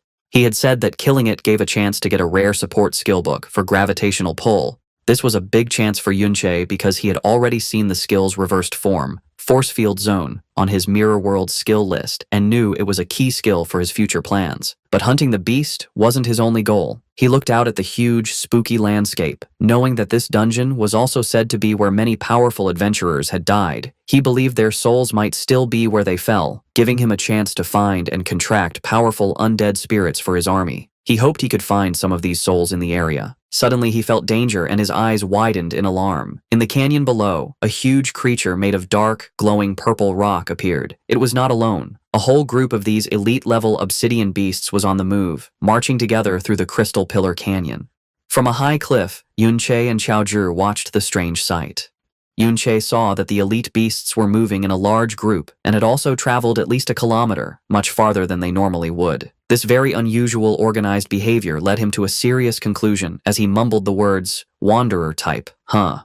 He recognized the signs of a much bigger and smarter threat. The way the obsidian beasts were acting reminded Yunche of something, and he explained what a wanderer type monster is. These are rare creatures that don't have a fixed spawn location and wander freely all over a dungeon map. They are much stronger than normal monsters of the same level and can easily beat unprepared adventurers. Back in the early days, before people grew strong and learned to control dungeons, running into a wanderer type often meant a very hard fight to survive. These creatures were especially dangerous because they weren't stuck in the dungeon. They could wander outside and threaten human towns, causing a lot of disasters and death. However, Yunche also knew that this huge risk came with an equally huge reward. The experience and items dropped by wanderer-type monsters were much better than any ordinary creatures, making them a high-risk, high-reward target for any adventurer brave enough to face them. Knowing the huge threat from the group of obsidian beasts, Yunche knew he couldn't be careless. He knew that the monsters were simply too strong to attack directly and decided he would need to test their abilities first to find a weakness. His first look showed a strong defense. The level 30 obsidian crystal beasts had a powerful healing skill that was always on, making them very hard to wear down. Before he could think of a new plan, the beasts attacked back, shooting a coordinated blast of powerful energy beams called mana rays. Yunche used his high speed to weave through the thick web of attacks, helped by the winged shields Chaoji had summoned for him. But the monster's attacks were too many and too frequent. One of the beams eventually hit him, drawing blood and sending a shock of pain through his back. He realized that even his high speed wasn't enough to dodge all of them. A quick look at his health bar showed how much danger he was in. His health had dropped a lot. He knew he was weak, that his current body's HP and defense were just too low. He understood that if it weren't for Chaoji's surrounding shield, he would have been badly hurt by that single hit. Knowing he was too weak, Yunche tried a different plan. He summoned his undead army, a group of spooky skeletons in green flame, to hold back the obsidian beasts. But the power difference was too big. The elite monsters tore through his summons, and he could see the health bars of his skeletons dropping quickly. He realized with frustration that even his undead army couldn't hold the line against such strong enemies. He made a smart retreat, noting that at least the powerful monsters were pretty slow, which gave him some time. He knew his own low health and defense were weaknesses that couldn't be fixed quickly. He decided that the only real way to beat these creatures was to rely on Qiaoji's defensive skills. To make that possible, however, his friend needed to level up. Yunche turned to Qiaoji and explained the new plan. They would go fight regular, weaker monsters first to get stronger. They moved to an area with weaker monsters, where Yunche pointed out a group of enemies he had seen earlier, saying they were perfect for helping Qiaoji level up. In group fights, the shield bearer is the main defense. Other classes count on the shield bearer to take damage, letting them attack safely from a distance. Following Yunche's earlier advice to aim for S rank, Qiaoji had been carefully putting all his new stat points into his defense. This special build, plus the armor they had stolen from the Ding family guards, was now showing how good it was. Qiaoji had built up the main defenses of a real shield bearer, and he could now easily block attacks from level 20 monsters, taking only a little damage. Under Yunche's experienced teaching, Qiaoji began to train hard to master his role as a shield bearer. From a distance, Yunche shouted instructions, teaching his friend the basics of a good defensive stance, telling him how to shift his weight, steady his body, and angle his shield to block a coming attack. Putting the lessons to work, Qiaoji successfully blocked a powerful hit from a crystal monster. He was happy to see a real result of his better skill. A message showed his shield's durability was going down much slower than before, but he was still inexperienced. As Yunche warned him to watch for follow-up attacks, the monster hit again, catching Qiaoji off guard and knocking him to the ground. Before the creature could land a final blow, Yunche jumped in, blocking the attack and saving his friend. He used the moment as another lesson, explaining why it's important to always guess the enemy's next move. He told Qiaoji to avoid big sweeping movements with his shield, which would leave him open, and instead focus on smaller, more efficient blocks that would let him attack back. Patting his friend on the shoulder, he gave one last piece of advice: to stay alert, but keep his body relaxed, only tensing up at the exact moment of impact to save energy and react faster. The training continued without stopping. With a final encouraging pat on Qiaoji's armor, Yunche told him to keep up the good work. He stood behind his friend, always giving support and teaching him another key lesson for a shield bearer: to always keep an eye on the teammates behind them. Hearing this, a look of quiet determination appeared on Qiaoji's face. They put their training to use, fighting side by side against the dungeon's monsters. Yunche reminded his friend of a main rule of fighting: when stats are close, it is better skill that decides who wins. Their teamwork paid off. After beating another monster, Yunche leveled up once more, reaching level 22. He was happy with their progress. Now that Qiaoji could face enemies with confidence, it meant they could fight more efficiently, letting Yunche gain experience at a much faster rate too. The biggest growth, however, was for Qiaoji, who excitedly announced that he had finally reached the important level of 15. Reaching this level was a key moment. Qiaoji could now learn a new, powerful skill from one of the books they had stolen. He held up the glowing, rare skill book for shield armor, a skill that would add an outer layer of armor to his shield. This would give it huge amounts of durability and defense that grew with his own stats, making him an even stronger tank. With his level high enough, Qiaoji learned the shield armor skill, which was the last skill book he could use from the Ding family's collection. The new ability appeared as a layer of glowing green armor over his summoned shield, greatly improving its defensive power. Yunche also noted that the skill's defensive boost would be a huge help when they faced the obsidian beasts again. Meanwhile, in another part of the Crystal Pillar Canyon, a group of 3 men from the school's teaching team were watching the same group of elite obsidian beasts that Yunche and Qiaoji had seen earlier. The teachers were confused by the huge number of elite-level wanderer types gathered in one place. They decided that the monsters were far too dangerous for the students and that they needed to be killed. However, they knew how hard the job would be. While they were sure they could handle regular level 30 monsters, the elite-level wanderer types were a completely different story, much more powerful and unpredictable. Their discussion was cut short when they saw a student's distress signal flare up in the sky. Forced to change their plans, the teachers decided to stop their hunt and rescue the students first. As they got ready to leave, however, they showed their deep worry about the group of wanderers. They knew the monsters were a major threat and that any student who stumbled upon them without knowing would be in serious danger. As the teaching team got ready to leave for the rescue, one of them, Pang Zheng, agreed that it was dangerous and offered to stay behind just in case. The team leader, Lei Li, was about to agree when they were interrupted by Yunche and Qiaoji suddenly appearing. Yuncha shared his own worry, suggesting that he and Xiaozhi could keep watch on the group of wanderers instead. He reasoned that if the rescue party ran into another group of powerful monsters, 2 teachers alone might not be enough to handle the situation.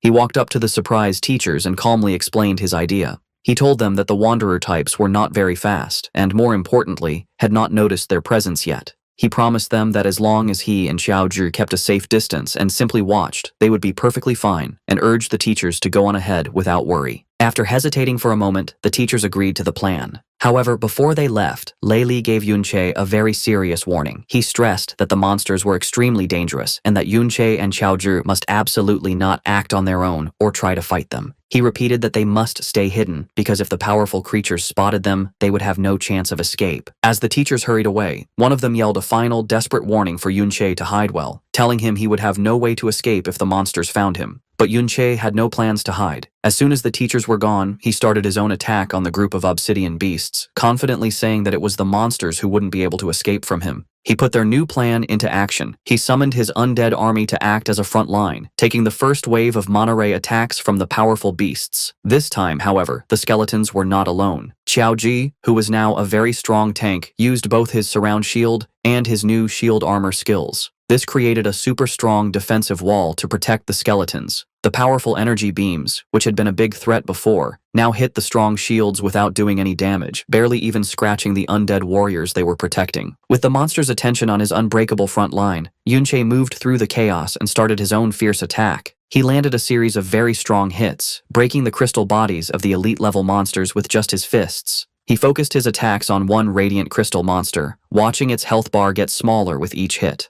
With a final, sharp blow, he broke the creature's core, and the strong level 30 beast fell down, defeated.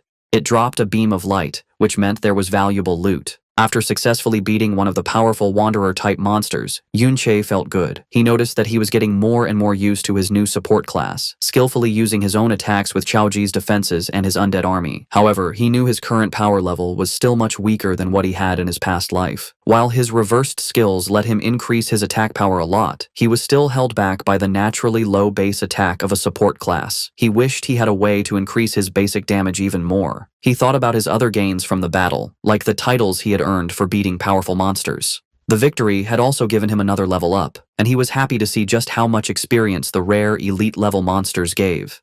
As he walked up to the monster's body to pick up the dropped items, a message confirmed he had successfully gotten the valuable rewards. As Yunche looked at the loot from the defeated monster, his eyes widened in surprise. He had gotten a powerful weapon with high attack, a huge glowing pink crystal longsword that gave him a massive plus 552 bonus to his attack power. A slow smile appeared on his face as he realized this was the perfect answer to his problem. This one weapon would be more than enough to make up for his class's naturally low base attack power. He equipped the sword, and it changed in his hands, becoming a larger, more threatening blade that crackled with dark purple energy. With this new power, he was sure that future fights would be much easier. However, his luck wasn't perfect. He looked at the other item that dropped, a skill book, but was disappointed to see it wasn't the specific gravitational pull skill he had been hoping to find. He guessed that the chance of that particular skill dropping must not be very high. As he stood on the cliff edge, wishing for better luck and a chance to hunt more of the high-reward wanderer monsters, his thoughts were cut short.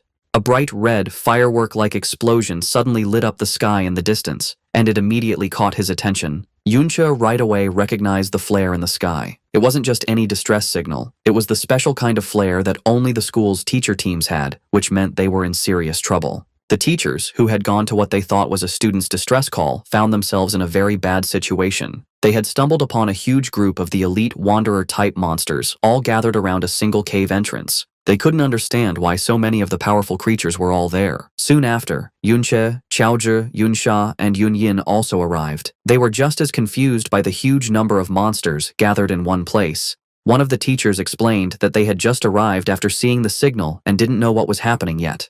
He pointed towards the cave, explaining that the signal was coming from inside and that the students they had come to rescue must be trapped in there. Another teacher explained their bad situation. They were trying to organize a rescue, but the group of monsters was simply too big. Even with all the teachers together, they didn't have enough people to break through. Seeing the powerful Yunsha and Yunyin arrive, one of the teachers looked to them for help, saying it would be a great help if they could assist in the rescue. Without hesitating, Yunsha accepted the teacher's request, saying that saving fellow students was their duty. She immediately took control of the battle, summoning a glowing, star-shaped magic object and using a powerful area-wide buffing spell called Starlight Mystic Art. The spell washed over the teachers and students, wrapping them in a golden light that greatly increased their spirit and attack power. The pure strength of the buff stunned everyone, who recognized it as an epic-level skill at the very least. With her allies now stronger, Yunsha turned her attention to the monster group, using a powerful attack spell, Gravitational Pressure, that crushed a huge area of the Wanderer beasts. At the same time, Yunyin joined the fight, using her own devastating attack, Hidden Thorn, which instantly destroyed a level 30 Radiant Crystal Spike, showing her own incredible power. The combined strength of their attacks was amazing. The other students and teachers could only watch in awe as the once unbeatable monster group was destroyed. One of the students said that with this level of power on their side, they should be able to rescue the trapped people now, and he praised the amazing strength of Yunyin and Yunsha. Watching the incredible display of power from Yunsha and Yunyin, Yunche was very impressed. He noted that not only was their equipment top level, but their skills were as well. He concluded that with their help, the rescue would succeed without any problems, even if he wasn't there. With the immediate problem handled, Yunche's attention turned to the bigger mystery. As the rescue team moved toward the cave, he wondered what could have possibly attracted so many powerful wanderer-type monsters to gather in this specific spot. Deciding to investigate on his own, he told Xiaozhi to stay with the main group while he went ahead to scout. Yunche then used his newly upgraded ability, Mirror Walk, and phased out of reality and into the parallel mirror dimension. He looked at the strange, purple-colored landscape, realizing that the dungeon's crystal structure gave him plenty of reflective surfaces, letting him enter the mirror world at any time. However, he also knew there were limits to this power. He hadn't yet figured out how to leave the dimension whenever he wanted, remembering how he was thrown out when the timer ran out during his raid on the Ding family's house, and he couldn't get back in. As he moved through the mirror version of the cave, passing by the ghostly, untouchable phantoms of the other adventurers, he noticed something strange. The people had phantoms, but the monsters did not. Looking closer, he saw that the bodies of the monsters he had killed before existed physically in this dimension. This led him to a key understanding of his ability's rules. Besides himself, it seemed that other living things did not have a physical form in the mirror world, only their dead bodies. Moving silently and unseen through the mirror world, Yunche followed the ghostly phantoms of the other adventurers into the cave. He quickly recognized them as the group of senior students, including the one called Little Z. He figured that they must have been the ones who attracted the huge group of wanderer monsters, and, finding themselves overwhelmed, had fired the distress signal. From where he was, he could see they were using the narrow space of the cave to hold their ground, which should keep them safe for a short time. However, the main mystery was still there. What could possibly be inside the cave that would attract so many of these powerful creatures? He kept going, moving deeper into the mirror version of the cave to investigate. The confusing crystal landscape made it hard to find his way, with the endless reflections making it difficult to judge things. Suddenly, he froze, his eyes widening in shock and disbelief. He had found something completely unexpected, something that shouldn't be in a place like this at all. As he went deeper into the cave in the mirror world, Yunche's eyes widened. He had found the dungeon's true treasure, a huge vein of special, glowing green crystal ore. Now he understood why Little Z and his group had risked so much to come here. Dungeons often have special resources that don't exist in the real world, which are used to make powerful and unique equipment. The green ores were one such resource, worth far more than gold. As he looked at a green crystal, a message popped up, calling it a mirror image crystal ore. The message confirmed he could loot it and take it out of the mirror world, but more importantly, it asked him, return to the real world from here? This was a huge discovery. To check his idea, he touched a different, normal blue crystal and saw the same message. A slow, smart smile appeared on his face as he realized what his ability could do. He now understood that as long as he could find any mirrored surface, he could use it as his own personal exit to return to the real world whenever he wanted. As he walked among the glowing green crystals, Yunche picked up a piece of the valuable ore. He thought about his newly upgraded skill, knowing there was still much more to learn about its full power and that he would need to find a good chance to study it. For now, however, he decided to focus on exploring the huge crystal vein he had found. As he went deeper, he was shocked by how much treasure there was. The amount of ore was huge, a massive deposit that would be enough to make any normal person who mined it a billionaire. This amazing sight finally solved the mystery that had been bothering him. He now understood why so many powerful wanderer-type monsters had gathered at the entrance to this cave. They were drawn to, and probably guarding, this incredibly valuable resource. Back in the real world, the rescue was happening. Yunsha kept using powerful spells like gravitational pressure to crush the wanderer monsters, while Yun Yin followed up with her own deadly dual blade dance that tore through the remaining enemies. Not happy with just helping her allies, Yunsha also showed her own attack power with Star Rain Art, a devastating spell that hit a wide area. The students and teachers watching were completely stunned, wondering if all of the girls' skills were epic level, as their power was much greater than the teachers'. With a final, huge, cross-shaped slash, the last of the wanderer beasts at the cave entrance was destroyed. The path was now clear for the rescue team to go in and get the trapped senior students, who were huddled together, tired but alive. As the rescue party led them out, one of the seniors, Little Zai, said he was very relieved, saying that he thought he was going to die in the cave. However, the always careful Yun Yin was quick to stop his relief, warning him not to relax. She pointed out that they still had to fight their way out of the dungeon, and that everyone was already tired from the last battle. Yunsha agreed, but added with a confident smile that with their help, the escape should be much easier than their last struggle. As the rescued senior students were being led out of the cave, Yunsha's eyes suddenly widened, a look of surprise and worry on her face as she sensed something was wrong. Her bad feeling was right, as the students behind her let out terrified screams. The reason for their terror was a horrifying sight. The path ahead, which had been cleared just moments before, was once again full of an unbelievably large group of the elite wanderer-type monsters. It was as if every single wanderer in the whole dungeon had suddenly gathered in this one spot, completely blocking their path to safety. While the rescue team was being swamped by the sudden return of the wanderer group in the real world, Yun Che was continuing his solo exploration of the other mirror world. He moved through the confusing, maze-like paths of the crystal cave, his way lit by the strange green glow of the special ore veins. Suddenly, he stopped, his eyes widening in complete disbelief at what was in front of him. He had stumbled upon an amazing sight, a huge, tree-like crystal formation that reached the top of the cave, and at its very top, a brightly glowing, star-shaped crystal core pulsed with immense energy. He immediately knew what it was, the dungeon's legendary secret treasure. As he got closer to the core, he remembered the stories about such items. If the different crystal ores were the dungeon's special products, then this crystal core was the ultimate prize, the dungeon's one and only secret treasure.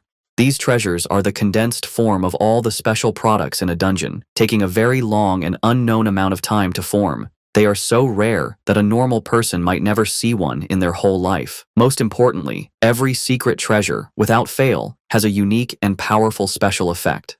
As Yun Che reached out to touch the glowing object, he knew he had found the true heart of the valiant dungeon. With a happy smile, Yun Che reached out to the glowing green crystal core he had found. A system window appeared, naming the item as the Mirror Image Crystal Core. It was a unique quality secret treasure that, when used, would permanently give a plus 110 boost to stamina, a plus 0.5 increase to mana recovery speed, and a 20% reduction in damage from light and electric type attacks. The description also said that it was a copy of the true secret treasure. Yun Che was thrilled with the discovery. He understood that the increase in stamina would greatly boost his maximum health, while the faster mana recovery meant he could use his powerful Trick Blade skill more often, increasing his damage. With a smart grin, he focused on what he thought was the most important effect, the 20% damage reduction for light and electric types. He knew that percentage-based damage reduction was an incredibly rare and valuable effect, even among the very best equipment. To make it even better, as a consumable secret treasure, it wouldn't even take up one of his valuable equipment slots.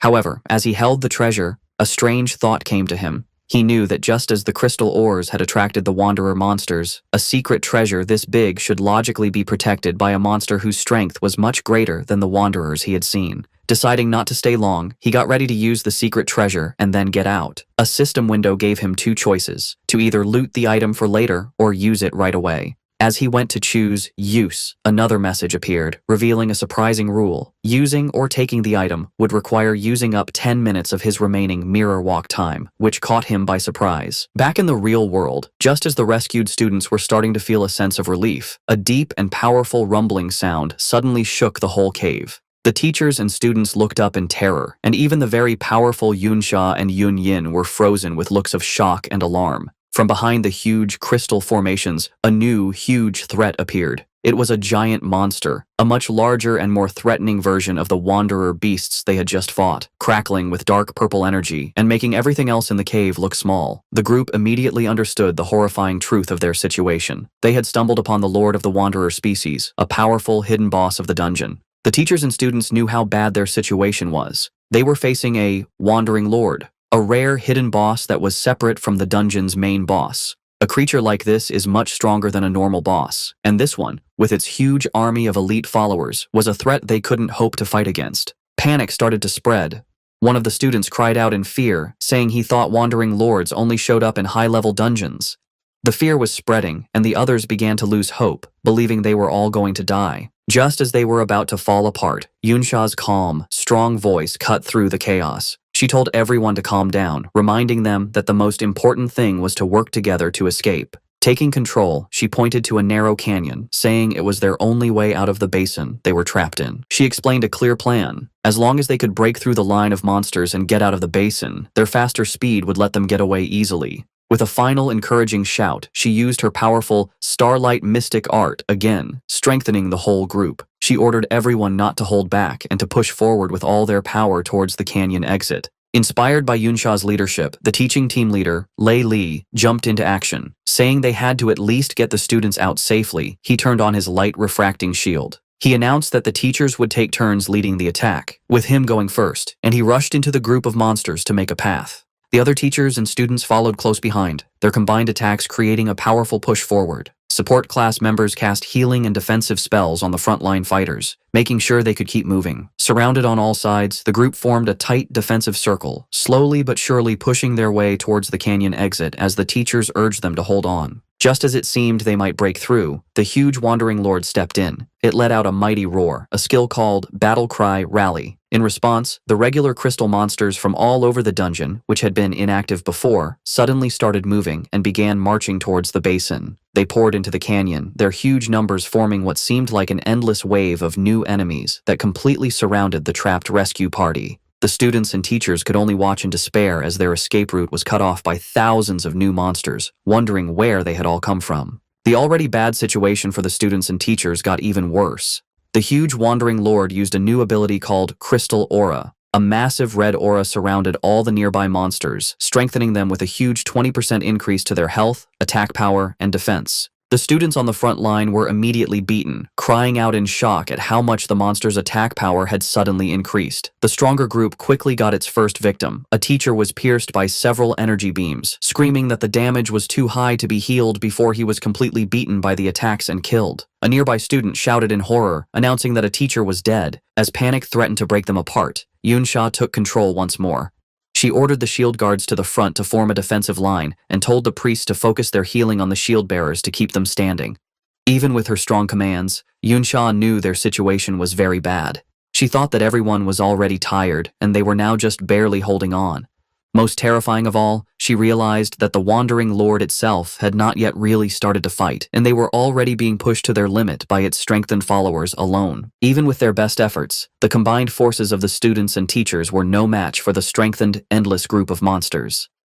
One of the teachers, his face serious, said that their efforts were useless and that they couldn't possibly break through at this rate. Seeing that a group defense was pointless, one of the more cowardly teachers decided to leave the group. He turned on a stealth skill, saying that it was every man for himself now. He tried to run, attempting to sneak past the monsters and escape on his own. The teacher, Lei Li, shouted after him, warning him that his stealth skill wouldn't last long enough for him to get away. His warning turned out to be tragically true. The running teacher was immediately spotted by a smaller, turtle-like crystal monster that came out of the ground, blocking his path. As the teacher froze in terror, the huge wandering lord, which had been watching the battle until now, finally made its move. It shot a devastating beam of pure energy that hit the ground where the lone teacher stood. The teacher was instantly destroyed, blasted directly into ashes by the overwhelming power of the lord's attack. The blast was so powerful that it not only killed the teacher, but also brought down the entire canyon, completely sealing the only escape route with a massive rock slide. The remaining students and teachers could only stare in horror at the unbelievable, terrifying display of power. One of them, his face a mask of despair, stuttered that they could no longer escape. Having sealed their only escape route, the huge wandering lord turned its attention to the trapped adventurers, its crystal eyes glowing as it charged another devastating energy beam. One of the students screamed in complete despair, believing it was over and that they were the next target. With no way to dodge the attack, the group prepared for the unavoidable, knowing they couldn't possibly block a blast that big. But at the last second, one of the students summoned a massive, fancy, giant shield that appeared in front of them. The shield, an epic quality, level 70 piece of equipment called the Rock Mountain Shield, had a huge amount of defense and resistance. The Lord's energy beam slammed into the giant shield with incredible force, pushing it back and threatening to break it. The teachers and stronger students rushed forward to hold the shield, knowing that if it fell, they would all be finished. Yunsha, her face strained with effort, explained their desperate plan. The shield was a level 70 piece of equipment, so its durability was sure to be high. However, because its level requirement was so high, no one in the group was actually strong enough to properly equip it and get its stat bonuses. This meant they had to physically hold the massive, hard-to-move object in place with their own strength. She knew this was only a temporary solution, a desperate move that could only buy them a little bit of time. As the students and teachers desperately held the line against the Wandering Lord's attack, their spirits began to break. One of the rescued seniors questioned why a monster of this power was even in the school's dungeon. Another student, his face a mask of terror and anger, turned on the teachers, blaming them for their situation and questioning why they had been brought there in the first place. One of the teachers, his face serious, wondered if their long struggle to save the trapped students had all been for nothing. The teacher, Lei Li, looked on with a pained expression, his only comfort being that at least the two younger students, Yunche and Xiao Zhi, were safe and wouldn't run into this danger. His thought was immediately proven wrong. To his complete shock, Xiao Zhi suddenly appeared at his side, pushing him out of the way of an incoming attack. Lei Li couldn't understand how the boy, who was supposed to be waiting by the valley, had gotten there so quickly. As another monster attacked, Lei Li shouted a warning. Xiao Zhi reacted instantly, shouting the name of his skill, Surround Shield, to protect the teacher. However, the monster's attack was too powerful, shattering Xiao Zhi's defenses and breaking the group's perimeter. With their formation broken and their main tank hurt, the group was left completely open. There was no one left who could stop the advance of the Wanderer group. With their defensive line shattered, the group was left completely open, with no one left to stop the advance of the Wanderer monsters. In a desperate act of bravery, Xiao Zhi single-handedly charged the monsters, successfully blocking several powerful attacks and protecting the injured teacher, Lei Li. The teacher could only stare in amazement, wondering how the younger student he had dismissed as useless had such incredible strength. But Xiao Zhi's solo effort was not enough. The other shield guards' defenses were completely broken, and their entire defensive line was gone. Xiao Zhi himself was finally beaten, his armor breaking as he was sent flying by a powerful blow. He lay on the ground, bleeding and defeated, as the monsters prepared to deliver the final blow. Seeing their last line of defense fall, one of the teachers, his face a mask of sweat and terror, said that their situation was now truly hopeless. Just as the monsters were about to overrun the defenseless group, a blur of motion cut through the chaos. To the amazement of the teacher, Yunche appeared, standing on top of the body of a defeated monster. He held his massive, glowing crystal longsword, his eyes showing a cold, deadly calm. He looked down at his beaten and bleeding friend, Xiao Zhi, and praised him for his bravery. He then turned his attention to the monster group, his voice filled with strong confidence, and said, "Leave the rest to me." A short time ago, back in the mirror world, Yunche stood before the crystal core. He realized that since he had found the replica, the original, real-world version must still exist. This meant that with his mirror world ability, he could effectively double his harvest of any valuable resource. However, he knew there were limits. He had gathered 75 pieces of the valuable crystal ore, but bringing them all out would require 750 minutes of mirror walk time, far more than he had. He understood that like the crystal core, each piece of ore cost 10 minutes of his time to bring out. Faced with this limit, he made a choice. He would loot the real-world crystal core, but for now, he would use the replica he found in the mirror world to get its powerful buffs right away. A system notification confirmed that he had used both the real and mirrored versions of the core, which doubled the stat increases and gave him a powerful 40% immunity to light and electric type damage. After using the core, as he stood on top of the massive crystal formation in the real world, he suddenly felt a powerful vibration shake the whole cave. His eyes widened in alarm as he sensed the new disturbance. Wondering what had happened, he jumped into action, diving off the crystal formation to find the source of the noise. As he leaped from the crystal formation, Yunche decided to test his new ability to exit the mirror world whenever he wanted. He phased through the crystal walls, entering the parallel dimension once more, and noted that he still had almost 13 minutes of his mirror walk time left. With a confident smirk, he confirmed another key part of his power. As long as he had time left on his mirror walk, he could enter and exit the dimension at any time. The ability would only go on cooldown once the entire time was used up. He immediately tested this, phasing back through the crystal walls and successfully returning to reality. When he returned, however, he saw a shocking sight.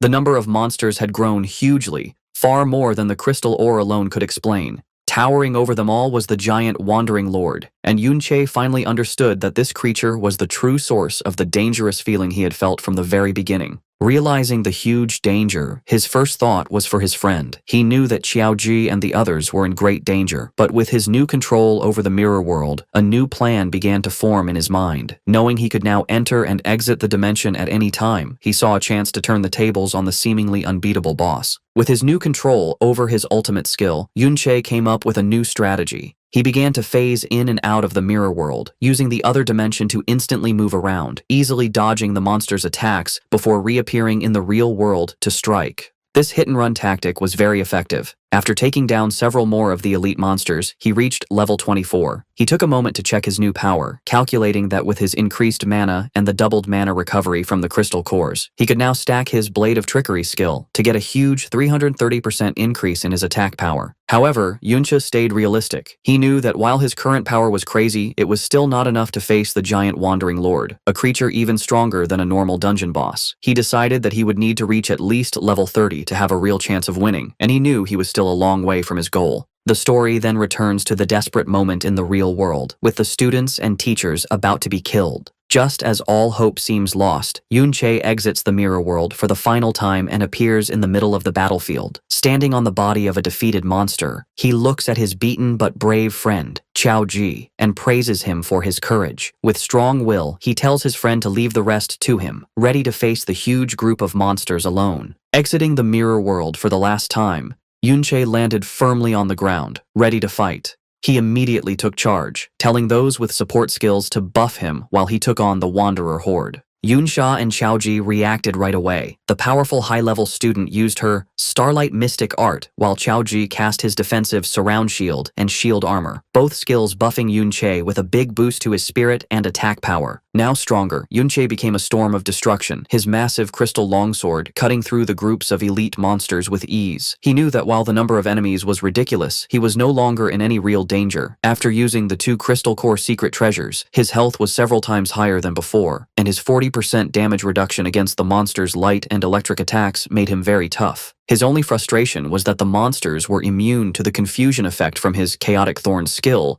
which would have made killing them much faster. The other students and teachers could only watch in shocked silence. The teacher, Lei Li, and the other seniors who had previously looked down on him were in complete disbelief. They checked his status bar and confirmed he was a support class chanter, but they couldn't understand how his attack power was so high, or what strange skill let him seem to teleport around the battlefield by phasing through the mirror world. Lei Li, his arm bleeding from an earlier injury, looked on with a mix of shock and awe. He couldn't believe that the younger student he had been so worried about was actually this strong. With his new power and toughness, Yunche became an unstoppable force, tearing through the endless group of elite wanderer monsters. The sheer number of high-quality enemies gave an incredible amount of experience, and he found himself leveling up at an amazingly fast rate. Yunsha, who had earlier identified him as the intruder at the Ding residence, could only watch in amazement. She had first thought he was just a bold thief, but now she had to admit that his strength was far beyond anything she could have imagined.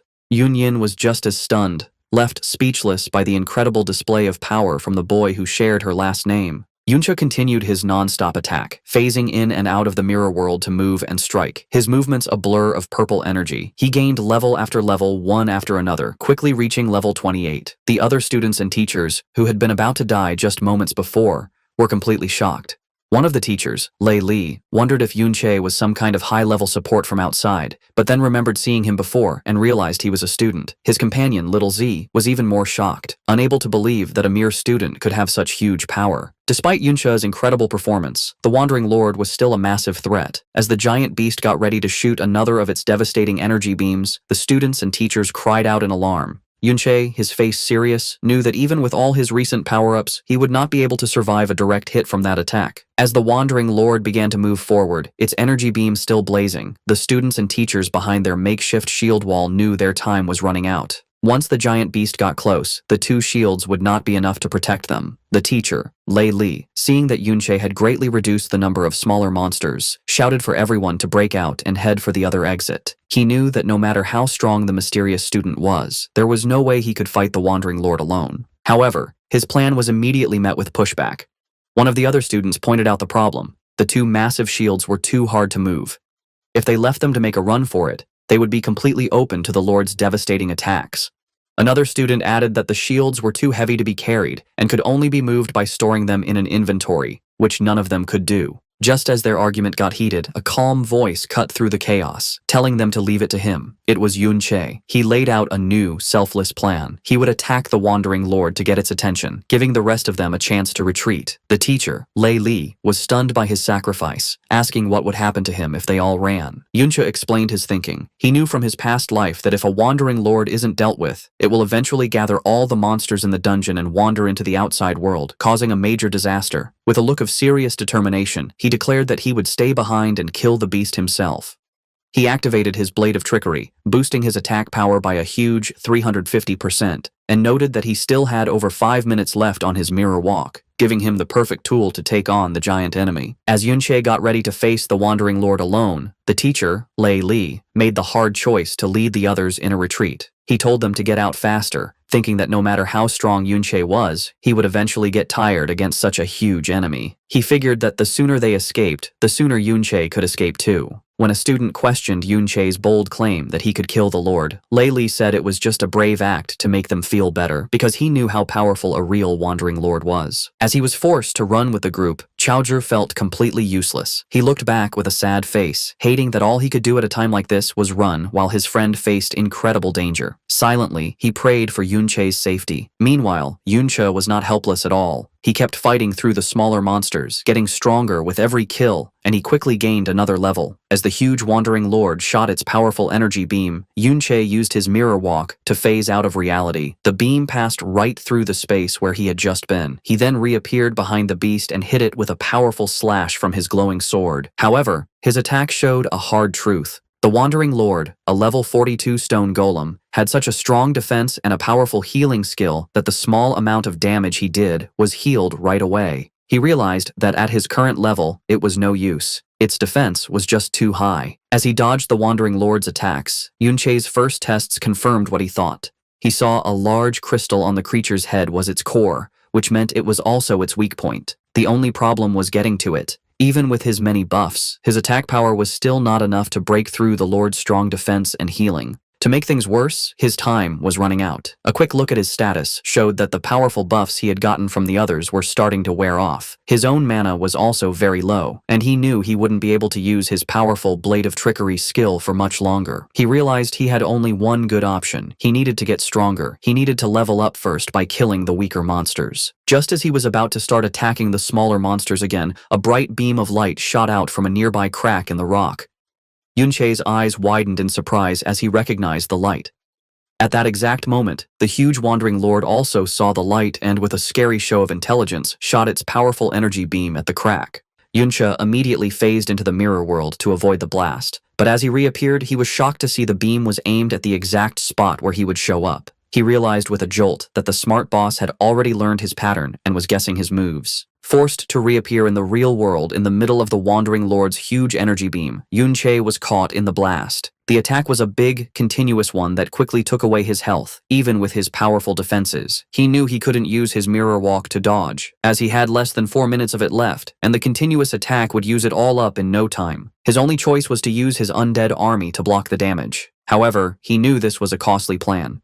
Bringing his summons back to life would use a lot of his already low mana, leaving him with nothing left to build up his attack power for a counterattack. He began to wonder if he should retreat and regroup first. Just as he was about to be beaten, another powerful blast hit the Lord's attack. To his surprise, he saw that Yunsha, Yunyin, and even Chaozhi had come back to the fight. Yunsha explained with a playful smile that this little brother of his, meaning Chaozhi, had begged and pleaded for them to come back and help him. Chaozhi, with his back turned, quickly said that he hadn't begged. He explained that since the number of smaller monsters had gone down, the rest of the group now had enough people to escape on their own, which meant he was free to come back and help. Hearing his friend's brave decision, a real, thankful smile appeared on Yunche's face as he simply said, "Thanks." With their group now stronger, Yunsha took a commanding position. She told Yunche that the hidden boss was still too dangerous and that she and the others would cover him so he could make a slow retreat. However, Yunche completely refused her offer. He said that with their help, there was no longer any need for him to hold back, and he used the full power he had. With the help of his powerful allies, he kept farming the smaller monsters, and his mirror walk time finally ran out as he reached the key level of 30. Now at his target level, he knew his attack power was finally enough to take on the Lord. He immediately put on the rare, level 30, Corrupted Knight's armor he had gotten from the Ding family's dungeon, which greatly increased his defenses. Yunsha watched him, asking if he was really thinking of attacking the Lord's weak point on its head.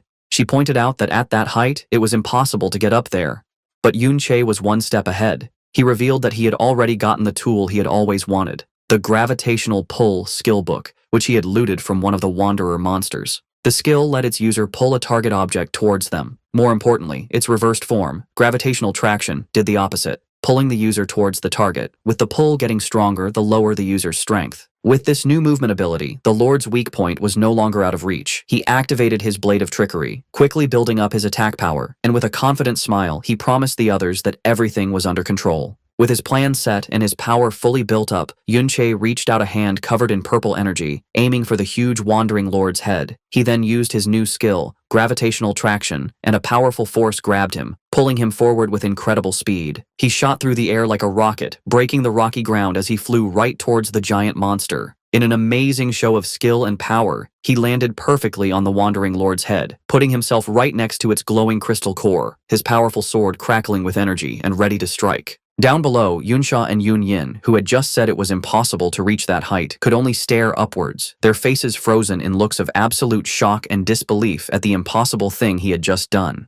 Having reached the Wandering Lord's weak point, Yunche used all of his power. He drove his massively buffed sword deep into the glowing crystal core, causing a spiderweb of cracks to spread across its surface. The huge beast, however, would not go down without a fight. As it was dying, it let out a final massive explosion of pure energy from its core, a last-ditch effort to take its attacker down with it. Yunche was caught in the center of the blast, his health dropping quickly as a flood of messages confirmed the massive, continuous damage he was taking. But his new defenses and increased health held strong. He gritted his teeth and survived the attack, and when the light finally faded, he was left standing, beaten but alive, while the Wandering Lord's massive crystal body broke into a million pieces. A series of messages confirmed his incredible victory. He had defeated the Wandering Lord, earning a massive bonus of 5,000 experience points and the respected title of Wanderer Killer. More importantly, the hidden boss had dropped 2 legendary quality skill books, Golden Light Shield and Angel's Protection, rewards of immense power and value. With a final, powerful strike to the Wandering Lord's core, Yunche used all of his built-up power. The giant beast broke into a million pieces, and the explosion of energy and experience instantly gave him 3 more levels, bringing him to level 33. The students and teachers watching were left in stunned silence. Chaozhu could only say how incredibly strong his friend had become, while Yunyin and Yunsha couldn't believe he had actually managed to kill such a scary monster all by himself. As he stood among the falling pieces, Yunche saw 2 beams of golden light come from the monster's remains. He had gotten 2 legendary quality items, but before he could look at his new loot, he had to jump to safety as the huge, headless body of the Wandering Lord began to fall over. Yunsha shouted a warning, realizing that Yunche was still on top of the falling giant. With skilled agility, he expertly moved through the crumbling remains of the monster, jumping from one piece to the next until he landed safely on the ground. As the dust settled, a new, huge opening was revealed in the side of the mountain where the Lord had fallen. The inside of the mountain was empty, showing a vast, dark cave filled with the skeletal remains of both Wanderer monsters and humans. Looking at the old battlefield, Yunche came to a serious realization. An even stronger, more ancient Wandering Lord must have been born here long ago. He now understood why there were so many intense battle scars all over the dungeon. As he looked at the old empty mountain, Yunche's eyes were drawn to a single figure outlined against the dim light at the very top. His heart skipped a beat as he recognized the armored warrior, still in a final defiant pose, his great sword stuck firmly in the ground. A system message confirmed the impossible. It was the body of Qiao En, who was also known by his nickname, Qiao Benben. Yunche could only whisper his friend's name in disbelief. The other students and teachers soon arrived at the scene, just as stunned by the sight. Yunsha, her voice full of awe, identified the figure as the famous traitor, Qiao En.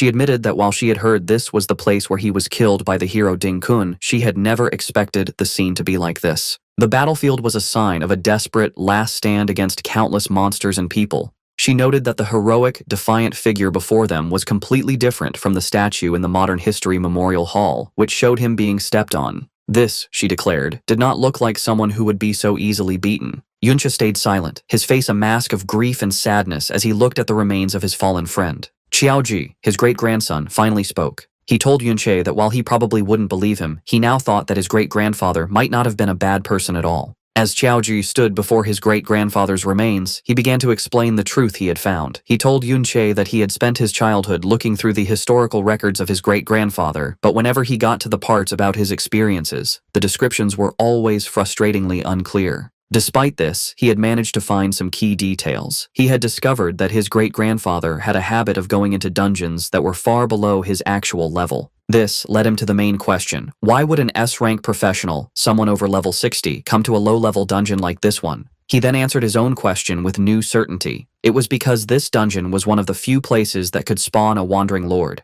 a creature that could summon all the monsters in a dungeon and lead them into the outside world, causing a major disaster. He explained that back in those days, the government didn't have enough soldiers to defend against the constant threat of monsters coming out of dungeons. They had to rely on a few powerful and responsible professionals to regularly clear out the most dangerous threats. His great-grandfather, he declared with pride, was one of those heroes. He hadn't been a traitor. He had come to this dungeon to stop a potential disaster before it started. As Yun Che listened silently to this revelation, Qiaoji's confidence started to fade. He admitted that the others probably thought he was just making things up, and that even his own family believed he was just looking for mental comfort, twisting the unclear historical texts to fit a story he wanted to believe. Just as he was about to give up hope, a hand gently rested on his shoulder. He looked up to see Yun Che, a kind, understanding smile on his face, who simply said, "I believe you." As Yun Sha and Yun Yin looked on with expressions of shock and admiration, Qiaoji was completely overwhelmed, left speechless by Yun Che's simple, heartfelt statement of belief.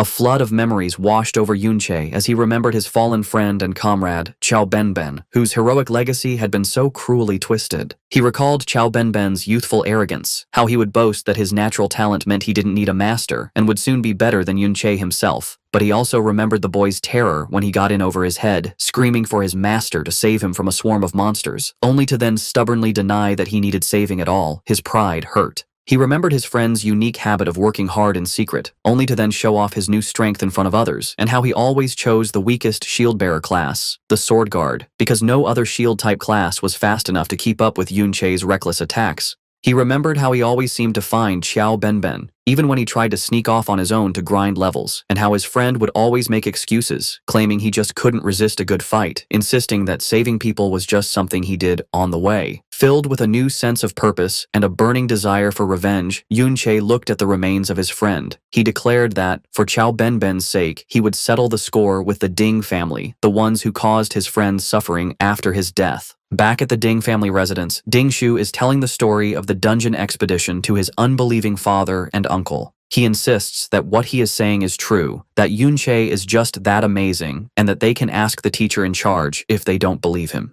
He explains that he was initially blocked from entering the dungeon because of his low level, but he waited outside until the survivors came out. The scene flashes back to the students leaving the dungeon, buzzing with excitement. They had all witnessed the fall of the giant wandering lord from a distance and were in awe of the person who had managed to kill a rare hidden boss that was over level 40, a feat that was beyond their imagination. Ding Shu, listening in, confirmed that the hero's name was Yun Che. He couldn't believe that someone even more powerful than the high-level Yun Yin had been among the students, and he wondered about Yun Che's true identity. Back in the present, after hearing his son's report, the third head, Ding Ge, is silent for a moment. He then gets up from his seat and gives a chilling command to gather the Ding family guards and follow him to the traitor's dungeon, the very place where Qiao En had died. His brother Ding Yi stops him, remembering a detail from Ding Shu's earlier report about the intruders at their home. With a sinister look in his eyes, he tells his brother to bring the members of the Qiao family along with them as well.